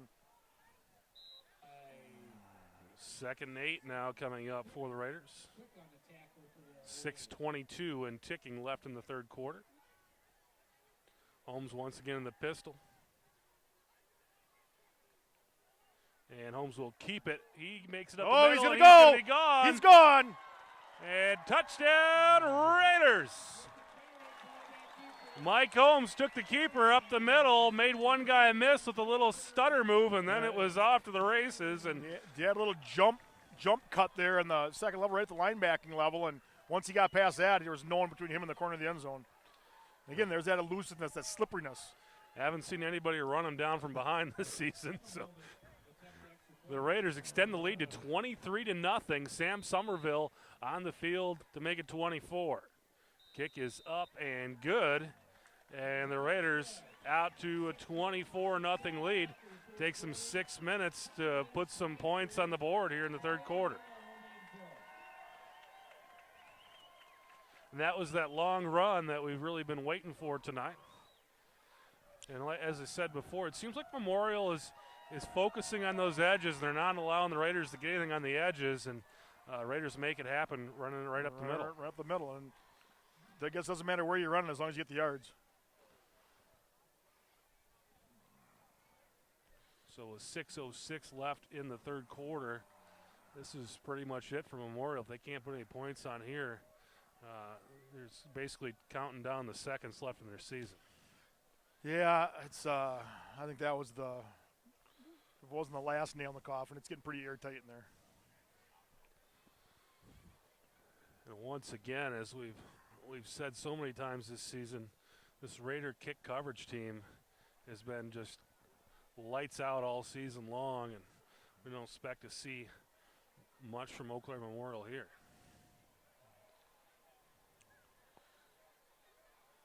Yeah, he's been able to pretty well consistently kick it to that, right around that 10-yard line, and really they've kept him inside the 20 most kickoffs. He's got a couple of them out to the 20, in between 25 and 30, but I think we've talked about before, I don't think there's been one kick return out past the 30-yard line this year. High kick, fielded at the 12-yard line. And again, mowed down at the 22-yard line. And so, yeah, it seems like the 25 is kind of that magic number. And not a whole lot of kick returns getting out past the 25 against the Raiders this season. And, we talk about it all the time. You kick deep, cover it well, defense, stop them, 3 and out, get the ball with good field position, and run the ball. I'd like to know how many drives the Raiders have had under 50 yards this season. Been a lot. Everhard in the shotgun by himself. Rolls to his left, tries to throw it back the other way for the screen. It was covered up. Second time tonight they've tried to run that little wide receiver bubble screen, and both times just wasn't happening. I didn't see a receiver out there, but 84 was in the vicinity. That's a dangerous play. That's one of them you see, boom, a quick pick six. Raiders will make a little change here. Tim Boehm onto the field. Motu coming off. Those receivers well outside the hash marks for Memorial. And they'll there's run a hold. Oh, come on. You got to throw that flag. He tackled him. Stuart Burns and Stanchek go. They hold but lose 2 yards on 2nd and 10 and brings up 3rd down and 12. If you're going to hold, at least do a good job of it. Oh, there were just too many defensive players there. Looks like that was Jared Johnson that was being held in that play, but now it looks like they've moved Alex Burgess in at nose. They've got Beam at the right end and Jared Johnson at the left end. 3 receivers to the right, 1 to the left for Everhart. Everhart looking to his right. Pumps and throws. And he's got his man for a first down. Once again, throwing it out there for Sam Moskal. And Moskal able to pull it in for the first down. Give the Abe's the ball at the 40-yard line. Well, again, this has kind of been the MO of the Raider defense. You know, they've been known to, you know, give up a play or two. I guess we can't hold them, expect them to hold every team to under 50 yards for the game. They'll spread them out again. And Everhart's going to try to run it. Gets past the first line of defenders, and he's pulled down by Corum. But he should have 9 or 10 yards. Going to be very close to a first down. I think he's got it. He does. That was a nice job by the chains. quarterback there. It looked like he was going to be tackled in the backfield. He did a little elusive move there himself to get around it and get loose for a nice gain. Pulls one out of the Mike Holmes playbook and moves the chains. And now we got the clock moving again. Memorial doesn't seem to be in any real hurry. 4:47 remaining in the third quarter. Hudson Raiders leading Eau Claire Memorial 24-0. And Everhart's going to run it again, and this time nothing doing. Maybe a gain of 1. Brings up 2nd and 9 with the clock ticking at 4:22. Jake Shaw and Johnson credited with the tackle.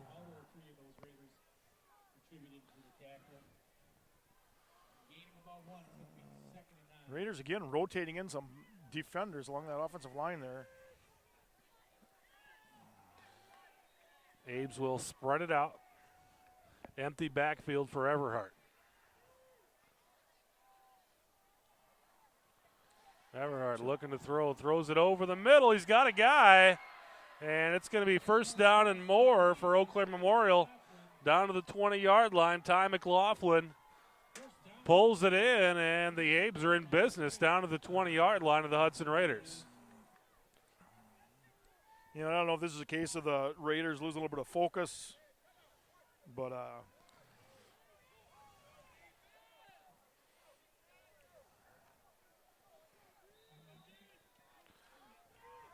Memorial finding some soft spots out there in the Hudson defense. Everhart once again open backfield and throws it over to his right. Has his guy, but he's going to be pulled down right away. Emerson Corum over there in the coverage. A short gain, probably about 3 yards to Moskal. Should give him 5.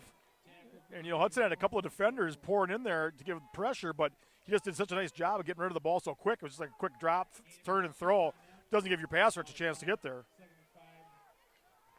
So 2nd and 5 coming up for Memorial. Second time they've had the football in the Hudson red zone tonight. Raiders turned them away with no points in the second quarter. Everhart throwing it over to the left side, and it's incomplete. How can you not call that holding? Coverage over there with Evenson. And we'll bring up a 3rd and 5. That's Alex Berger talking to the referee, pleading his case for being held. And that's, I mean, come on. I don't care what the score of the game is. You got to call it right. You know, it's a second blatant holding call that they've missed.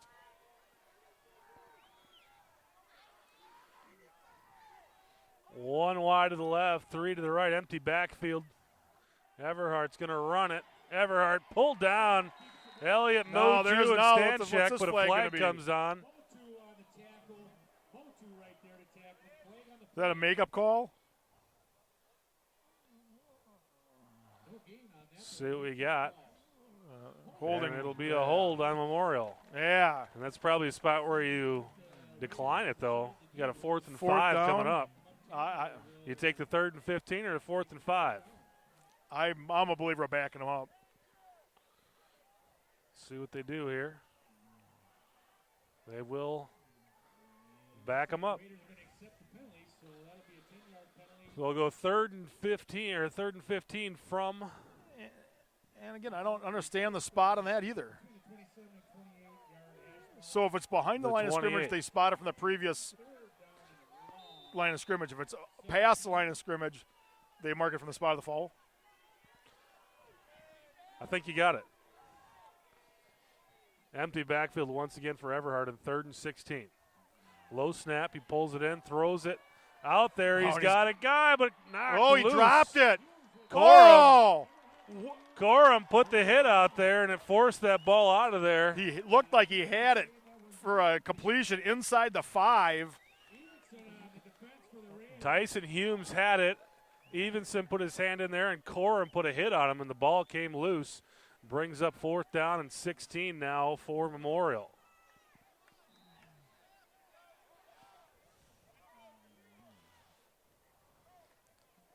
That looks like So a big 4th down here for it's like Memorial. Iverson's checking back in at linebacker. Magadens comes out. Everhart throwing it over to the left side and Knocked incomplete. away. Coverage by Evenson, and he couldn't play it much better than he did. Stayed with the ball, knocked it out of there, and perfect coverage. Everhart took a lick on that too. For the Raiders, it'll be 1st and 10 coming up for Hudson. So 2 trips into the red zone for Memorial tonight, and they come away with 0 points. And that's a part of that, that all or nothing offense. We can't run the ball, so we're just going to throw it. That may work, get you down the field, but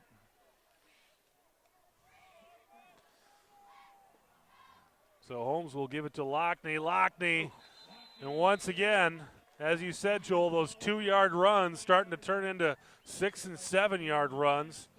We've got a 2nd and 3 coming up for the Raiders after the 7-yard first down run for Dan Lockney. Raiders leading at 24-0, 2 minutes remaining in the 3rd quarter. if Holmes would have snapped that just a hair sooner, he could have gotten a penalty for too many men on the field. Lockney's going to be very close to the first down. Let's see where they mark it. Yeah, it looks like they're going to mark him just short. So 3rd down and 1 coming up for Hudson. Well, they stopped. I don't understand. They did stop the clock. they'll give him the first down. It looks like. And the officials not whistled the ball back in play. There we go. Just over 2 minutes to go in the 3rd quarter. Holmes will take it himself and this time and doesn't Holmes get anywhere. took a hit there. Number 33 for Eau Claire.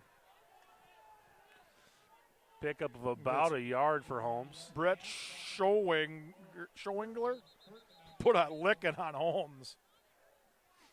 No, we got a stoppage.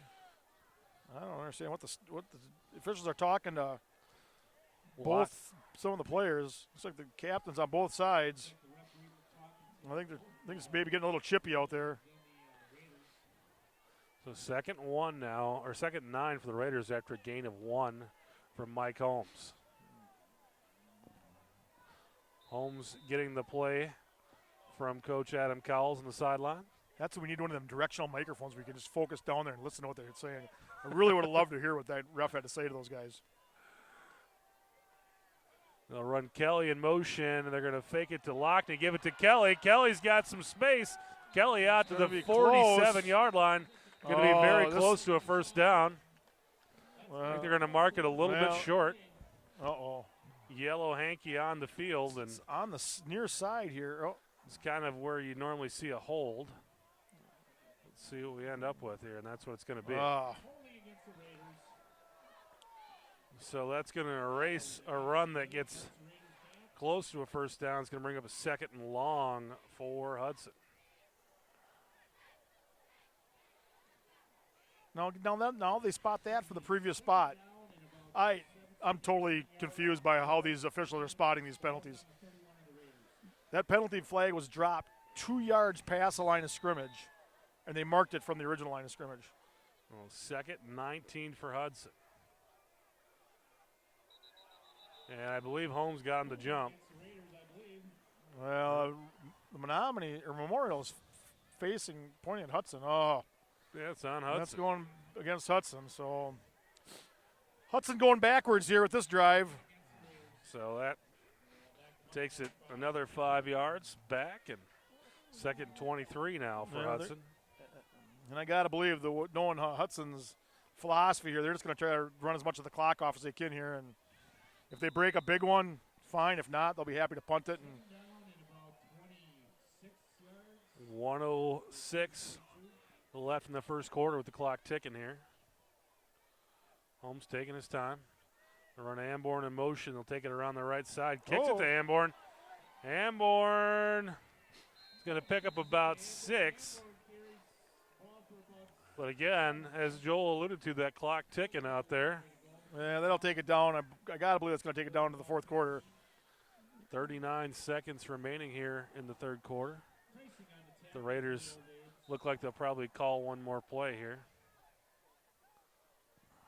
There's a little bit of confusion on the sideline. Hudson's trying to signal play out, and Holmes will come out, I believe, and just stand there. And I don't believe he's going to take a snap, but, well. 3rd and 16, I think they're calling a play here. And they'll kick it over to Kelly. Kelly's got some room. Kelly across the 40.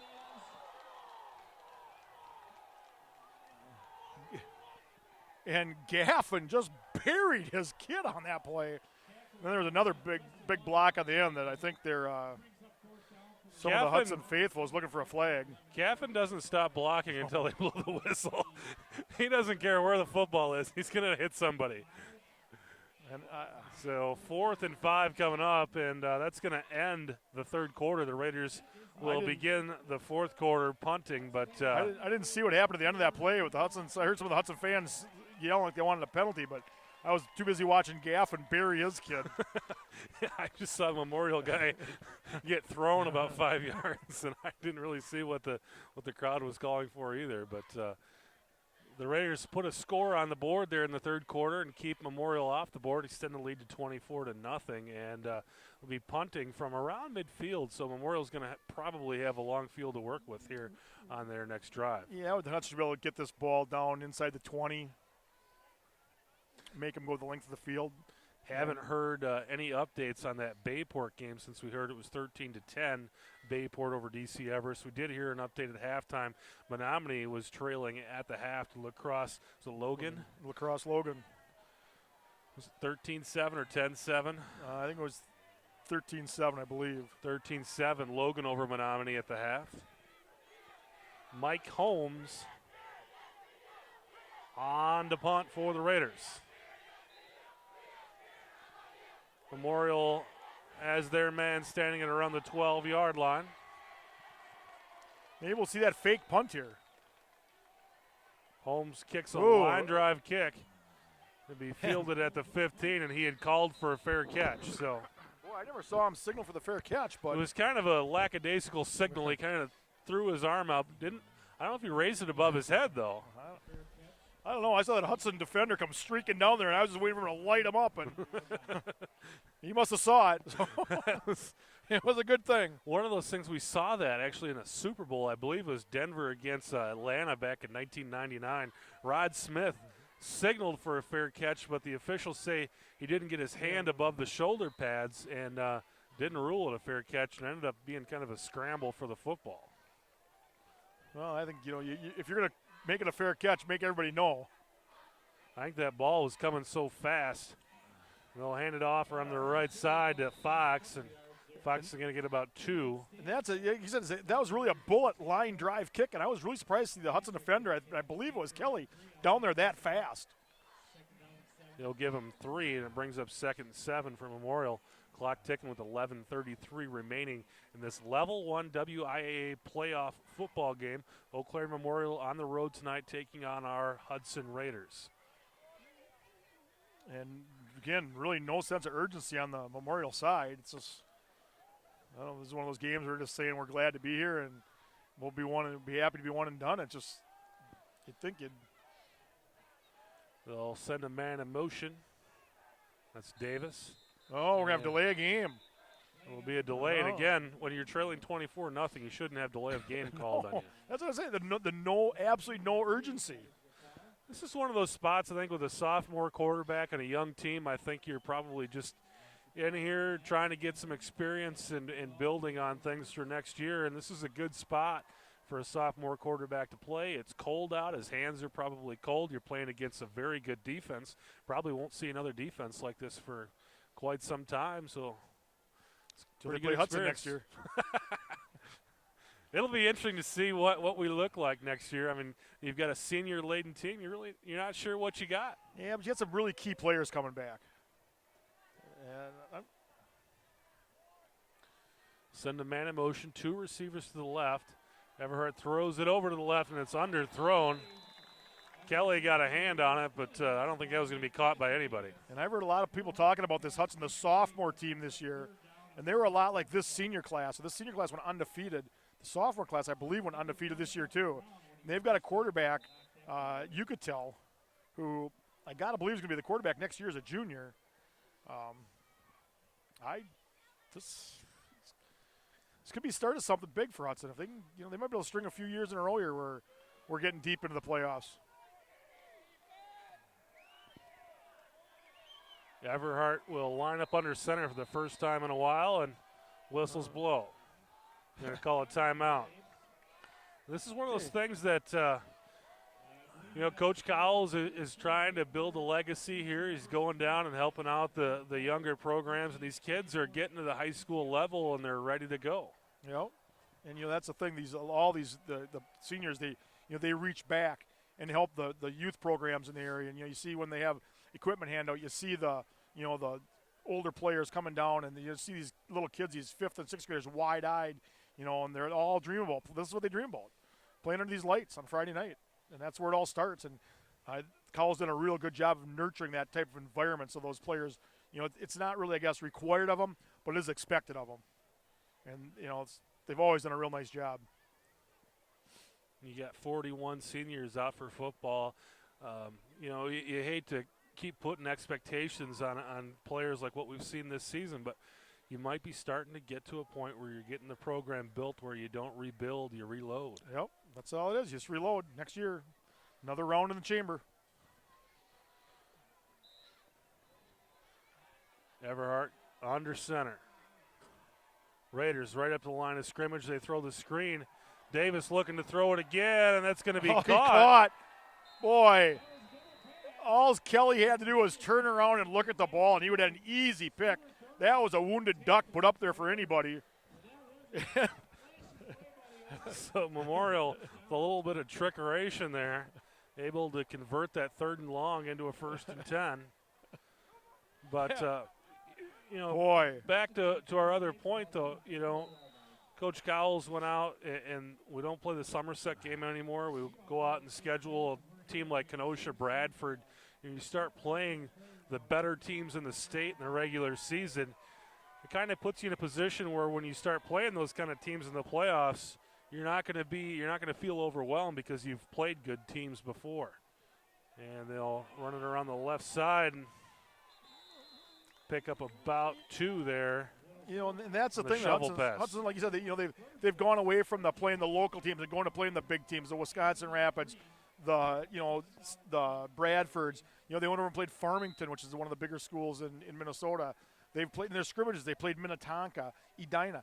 Edina went back-to-back, beat Eden Prairie, and was a Wyzetta back-to-back. It's the first time that any team's done that in like 20 years.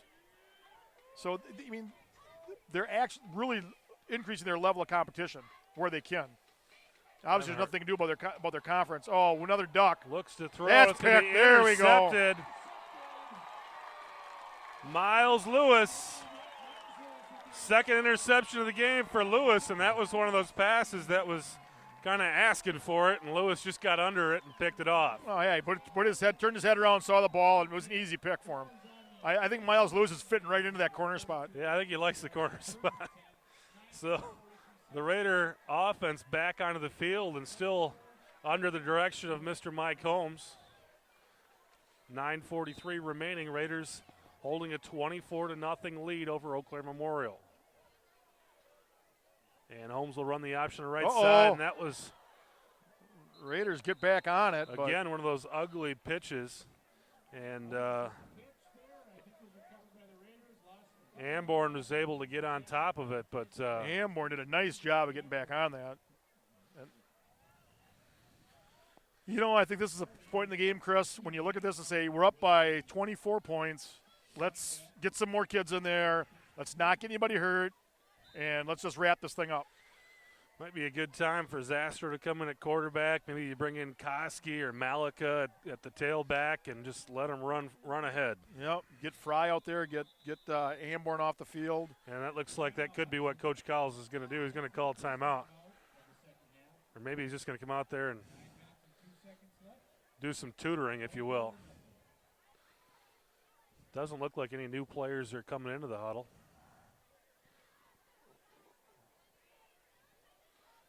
First time out of the half here called by Hudson. Yeah, maybe just trying to go there and say, settle things down. You know, we got this game in the bag here. We're just, let's not do anything stupid. Just run clock. Just got a score update from the other half of the bracket. Stevens Point taking on Green Bay Preble. They're tied at 14 right now, and the winner of that game will advance to play North. That was my upset pick, was Preble beating Spash, and still looks like that's still in play. That's the 4-5 matchup. Point the 4 seed, Preble the 5. 4 and 5, 2 7-1 teams. 2 7-1 teams. Holmes will keep it, and Holmes is going to kind of get that loss back and should set up about a. And that was a play. The pitch man was wide open. If he would have pitched that, he could have possibly picked up the first down. But 3rd down and 9 now coming up for the Raiders. Clock ticking at 8:42 remaining.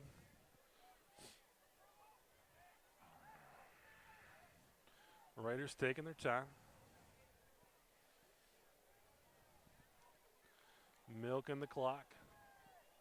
And they'll fake the handoff to Lockney, and Holmes is going to keep it around the left side. Holmes has got the first down, and Morey's got some blockers, makes another guy miss, and he's across the 40 down to the 37-yard line. Mike Holmes hurdling a defender. Gain of 16 for Mike Holmes, and it'll set up a 1st down and 10 at the 37-yard line of Eau Claire Memorial. And Hudson just relentless on that no-huddle offense.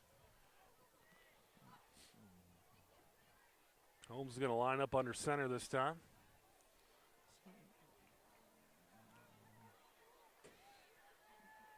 We'll send Kelly in motion. Memorial jumps but doesn't get into the neutral zone. They'll reset it. I don't know if the players are getting hotter or the weather's getting colder, but you can really see the breath in those players down there now. They'll give it to Lockney, and Lockney still on his feet. Still working. Pickup of about 8. So again, Lockney starting to gain some steam, if you will. Give him a gain of 7.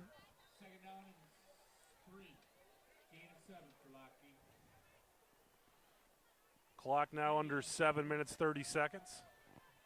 And ticking. Holmes under center. And they'll run Amborn in motion, give it to Lockney. Lockney's got the first down. Across the 25, it'll move the chains.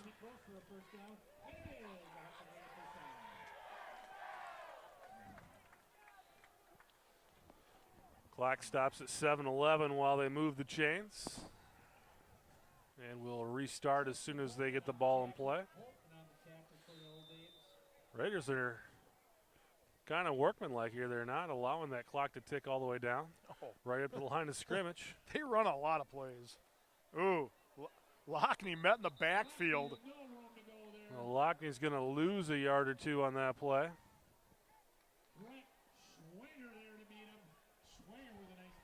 Tell you one thing, you got to give this Memorial team some credit. They haven't given up. I mean, they really haven't been able to get anything going on offense tonight, but they've continued to play through even though they're trailing 24-0 here.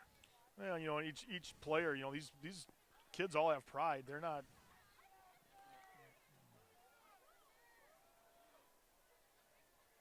And they'll give it to Amborn on the inside reverse, and Amborn still on his feet. Amborn takes half the Memorial team to pull him down there, all the way down to the 20-yard line. It's going to be a gain of 5. Really should have been a loss. Amborn, wow. Took him 5 guys to pull him down. He got that yard that Lockney lost back plus 5 more. Third and about 5. So the pickup of 6 brings up 3rd and 5 for Hudson. And this will be 4-down territory if the Raiders can't convert it. They'll run Kelly in motion, and they'll give it to Amborn once again. Amborn's only going to have about 1. So it will bring up a 4th down for the Raiders. This point in the field, and this point in the game with just 5.5 minutes remaining on the 19-yard line, the Raiders are going to go ahead and go for it here in 4th down. I got to believe you're going to see some kind of an option play here with the ball in Mike Holmes' hand and give him the choice of either keeping it or pitching it. Maybe, again, try to draw him off sides, obviously. They bring in Newell, and Holmes is going to kick it out to Kelly. Kelly is going to have the 1st down and more. Down to the 10-yard line, just inside the 10, should bring up a 1st and goal for Hudson.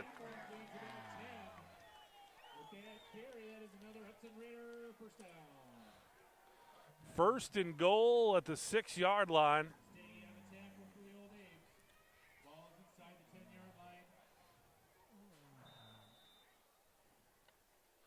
Clock now under 5 minutes.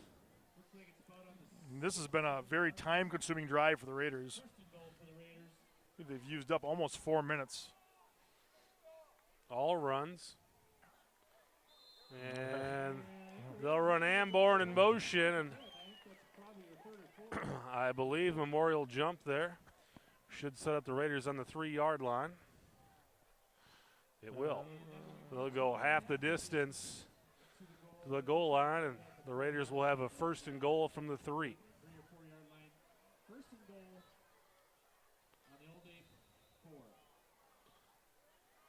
Chuck Peterson wide to the right for the Raiders. A lone receiver. They'll give it to Lockney. Lockney's into the end zone. Touchdown, Raiders. Extends the lead to 30-0. Somerville on the field to kick the extra point. And I got to believe that's going to empty the Hudson benches. So Holmes will come on to hold the kick. And it's down. The kick is up, and that should be good. It is. And the Raiders lead it 31-0 with 4:34 remaining. And I think you can officially say the coffin's been nailed down now. Yep, she's pretty airtight in there. Just a matter of whether or not the Raiders can keep Memorial off the board now. Be interesting to see if Hudson makes some substitutions here on defense. Who else have they blanked? Did they shut out North? No, I don't think they've shut out anyone this season. Chippewa Falls, yeah. Chippewa Falls, they 36-0 over Chippewa Falls. Yep. It's the lone shutout this season. Well, they're pitching a beauty here. There's been a lot of games where the Hudson first-team defense has not allowed points, and then we've had a lot of games this season where the second and third-team defense has been on the field the entire second half. Well, and that's been the case all year. I think if you would take the time that the first-string offense has been on the field and the first-string defense and look at just those numbers, they would be even more lopsided. Indeed. Than as lopsided as they are already. There was a stretch there throughout the season, 3 or 4 games where the Raider first-team offense and defense really wasn't on the field at all in the second half. And I still think the Raiders have still given up under 70 points for the season. And fielded at the 10-yard line. And they're going to bring them down at around the 26 or 27. That's one of the better runs against this Raider kick team we've seen. I believe they've given up 76 points this season. Is it 76? Somewhere in that neighborhood. I knew it was in the 60s going into last week, and I just wasn't sure where it was at. I knew they only gave up 7 to Menominee. And 0 so far here tonight. Well, maybe it's a nice tune-up game to take us into the second level of the playoffs. Looks like the Raiders have the first-team defense still on the field. And Everhart's going to run it up the middle, and Everhart going nowhere. Pile of blue jerseys sends them to the ground. Here we see some new kids checking in. We got number 45, Ryan Widmeyer checking in. We got number 79 out there, Lonnie Meinke out there. Looks like number 16, Ross Westerbarth out there. It's like first time we've seen Sam Somerville out there on defense. He's normally one of the starting cornerbacks. Kelly and Evenson still in the defensive backfield along with Corum. So Zach Kraft out there at linebacker. And Everhart will throw it around to the right side. Nothing doing. Going to be incomplete and bring up 3rd down and 10 for Memorial. Zach Kraft on the coverage for Hudson. And that's one thing. Unlike the offensive line where they pretty much shift out everybody, on defense they really just pick their place. They don't have a whole new defense out there. But now we're seeing more. We got Cal Johnson, outstanding special teams player this year. Now they're getting some playing time. Wes Corum also into the game for the Raiders. 3rd down and 10 coming up for Memorial. 2 receivers wide to the right along with the tight end. 1 back in the backfield with Everhart. Everhart sprints to his right, looking to throw it down the right side. It's going to be incomplete, and that will bring up a 4th down and 10. This could be a spot here if Memorial doesn't convert, and they're going to send the punt team onto the field. They may not see the ball again tonight. Yeah, I think, no. Looks like Zastro could be coming in on offense for the Raiders. I got to believe, we got the second team offensive line out there warming up. See Andrew Dickerson looks like he's ready to come in. See what?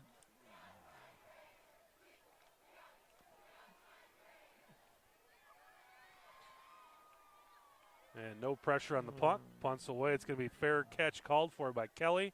And Kelly muffs it, but he's able to recover. Jumps on it at the 38-yard line.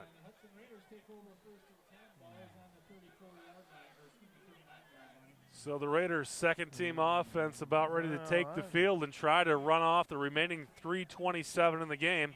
Hudson leading at 31-0 over Eau Claire Memorial. Yeah, it looks like you got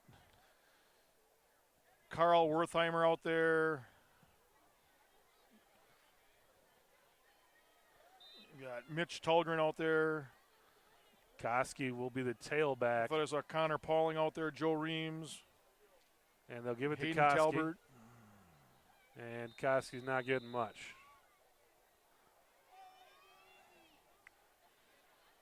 Give him a short gain. Number 88, Ben Cook, checks in a wide receiver. Andrew Dickerson out there at one of the backs. Jake Giordana also in there. Number 11, Hunter Fry out there. Did such a nice job against Menominee last week. And also against River Falls. They'll run Fry in motion and give it to Koski. And Koski maybe a yard or two. We got to give a little bit of a shout out to Koski last week. Could have ran it into the end zone at the end of that football game. A senior playing against Menominee had his chance at glory and did the smart thing and went down. And when he came off the field, that's like, Coach Calls gave him a big hug, and I've heard through the grapevine that they were told in that drive, do not score. Yeah, you might have been told one thing. Well, I know it's not easy when your head's telling you one thing and your body's telling you something else. But Wade Malika picks up 3 there on 3rd down. Malika, the junior, came in to carry that ball there. We'll see a lot of him next season. So 4th down and 4 here coming up for the Raiders, and they're going to punt it away. Clock ticking at 1:41. And I got almost believe Hudson's going to let this thing tick right down to nothing and maybe call it. We got the big guy out there. Lonkar into punt. Did all the punting early. He's kind of been taking some off here with Mike Holmes. I think they did that for that, the trickeration element. So and we've seen him fake it a couple times. I don't think Lonkar's much of a threat to fake it. Does have a great leg, though. Kicks it away, and a deep kick. Fair catch called for at the 23-yard line. And Memorial will take over right there. And we got a bunch more defensive players out here. It looks like number 94, Lewis Weichman's out there. Number 64, Gabe Zastro's out there. Tim Beam. 109 remaining in this football game. Raiders leading it 31-0, trying to keep Memorial off the board here. Number Sam Somerville, he's out there again. We got that sophomore, number 20. The mystery man. The mystery man. And I believe that's going to be on Memorial. Oh. When you do it and you go, oh. He even did the little hand gyration. He knew it was on him. So go from 1st and 10 to 1st and 15.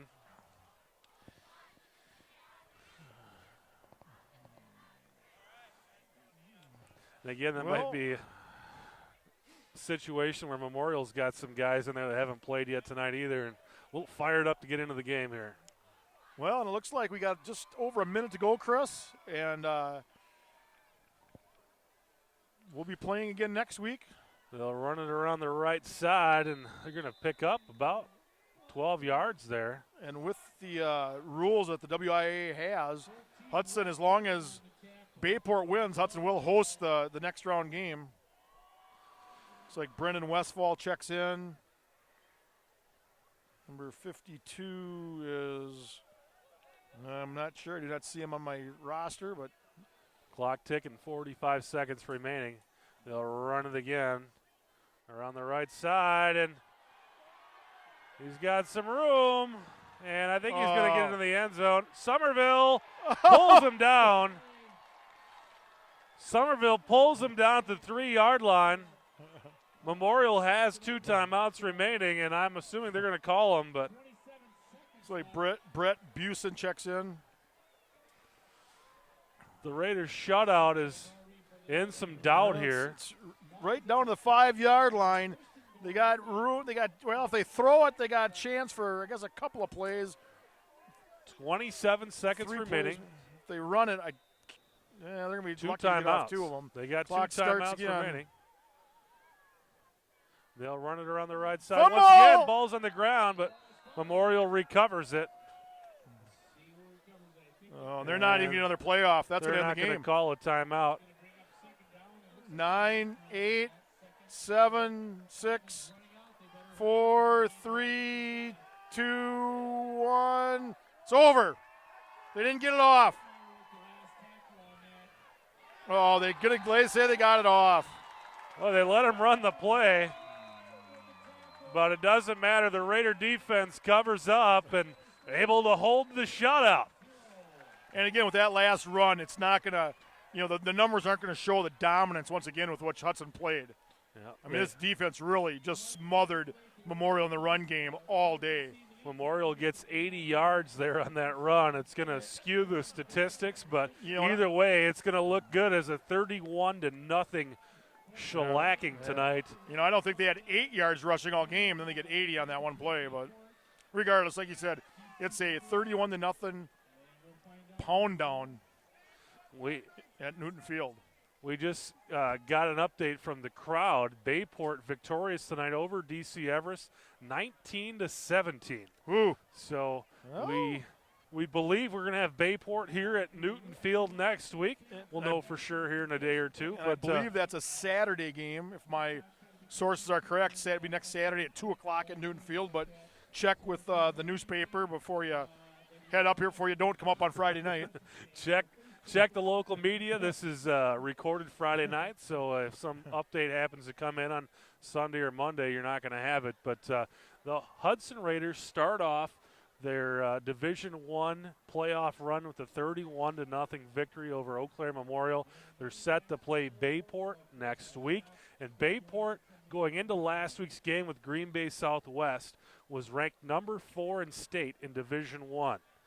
They were handled pretty well by Green Bay Southwest, took a loss, and ended up getting the 3 seed in this bracket. So they're a good football team. They've put up 60 points at one point this season, so it's a high-powered offense. It's a good football team coming in here next week. And they could present some problems for Hudson, because I believe what their game is, it's a short passing game.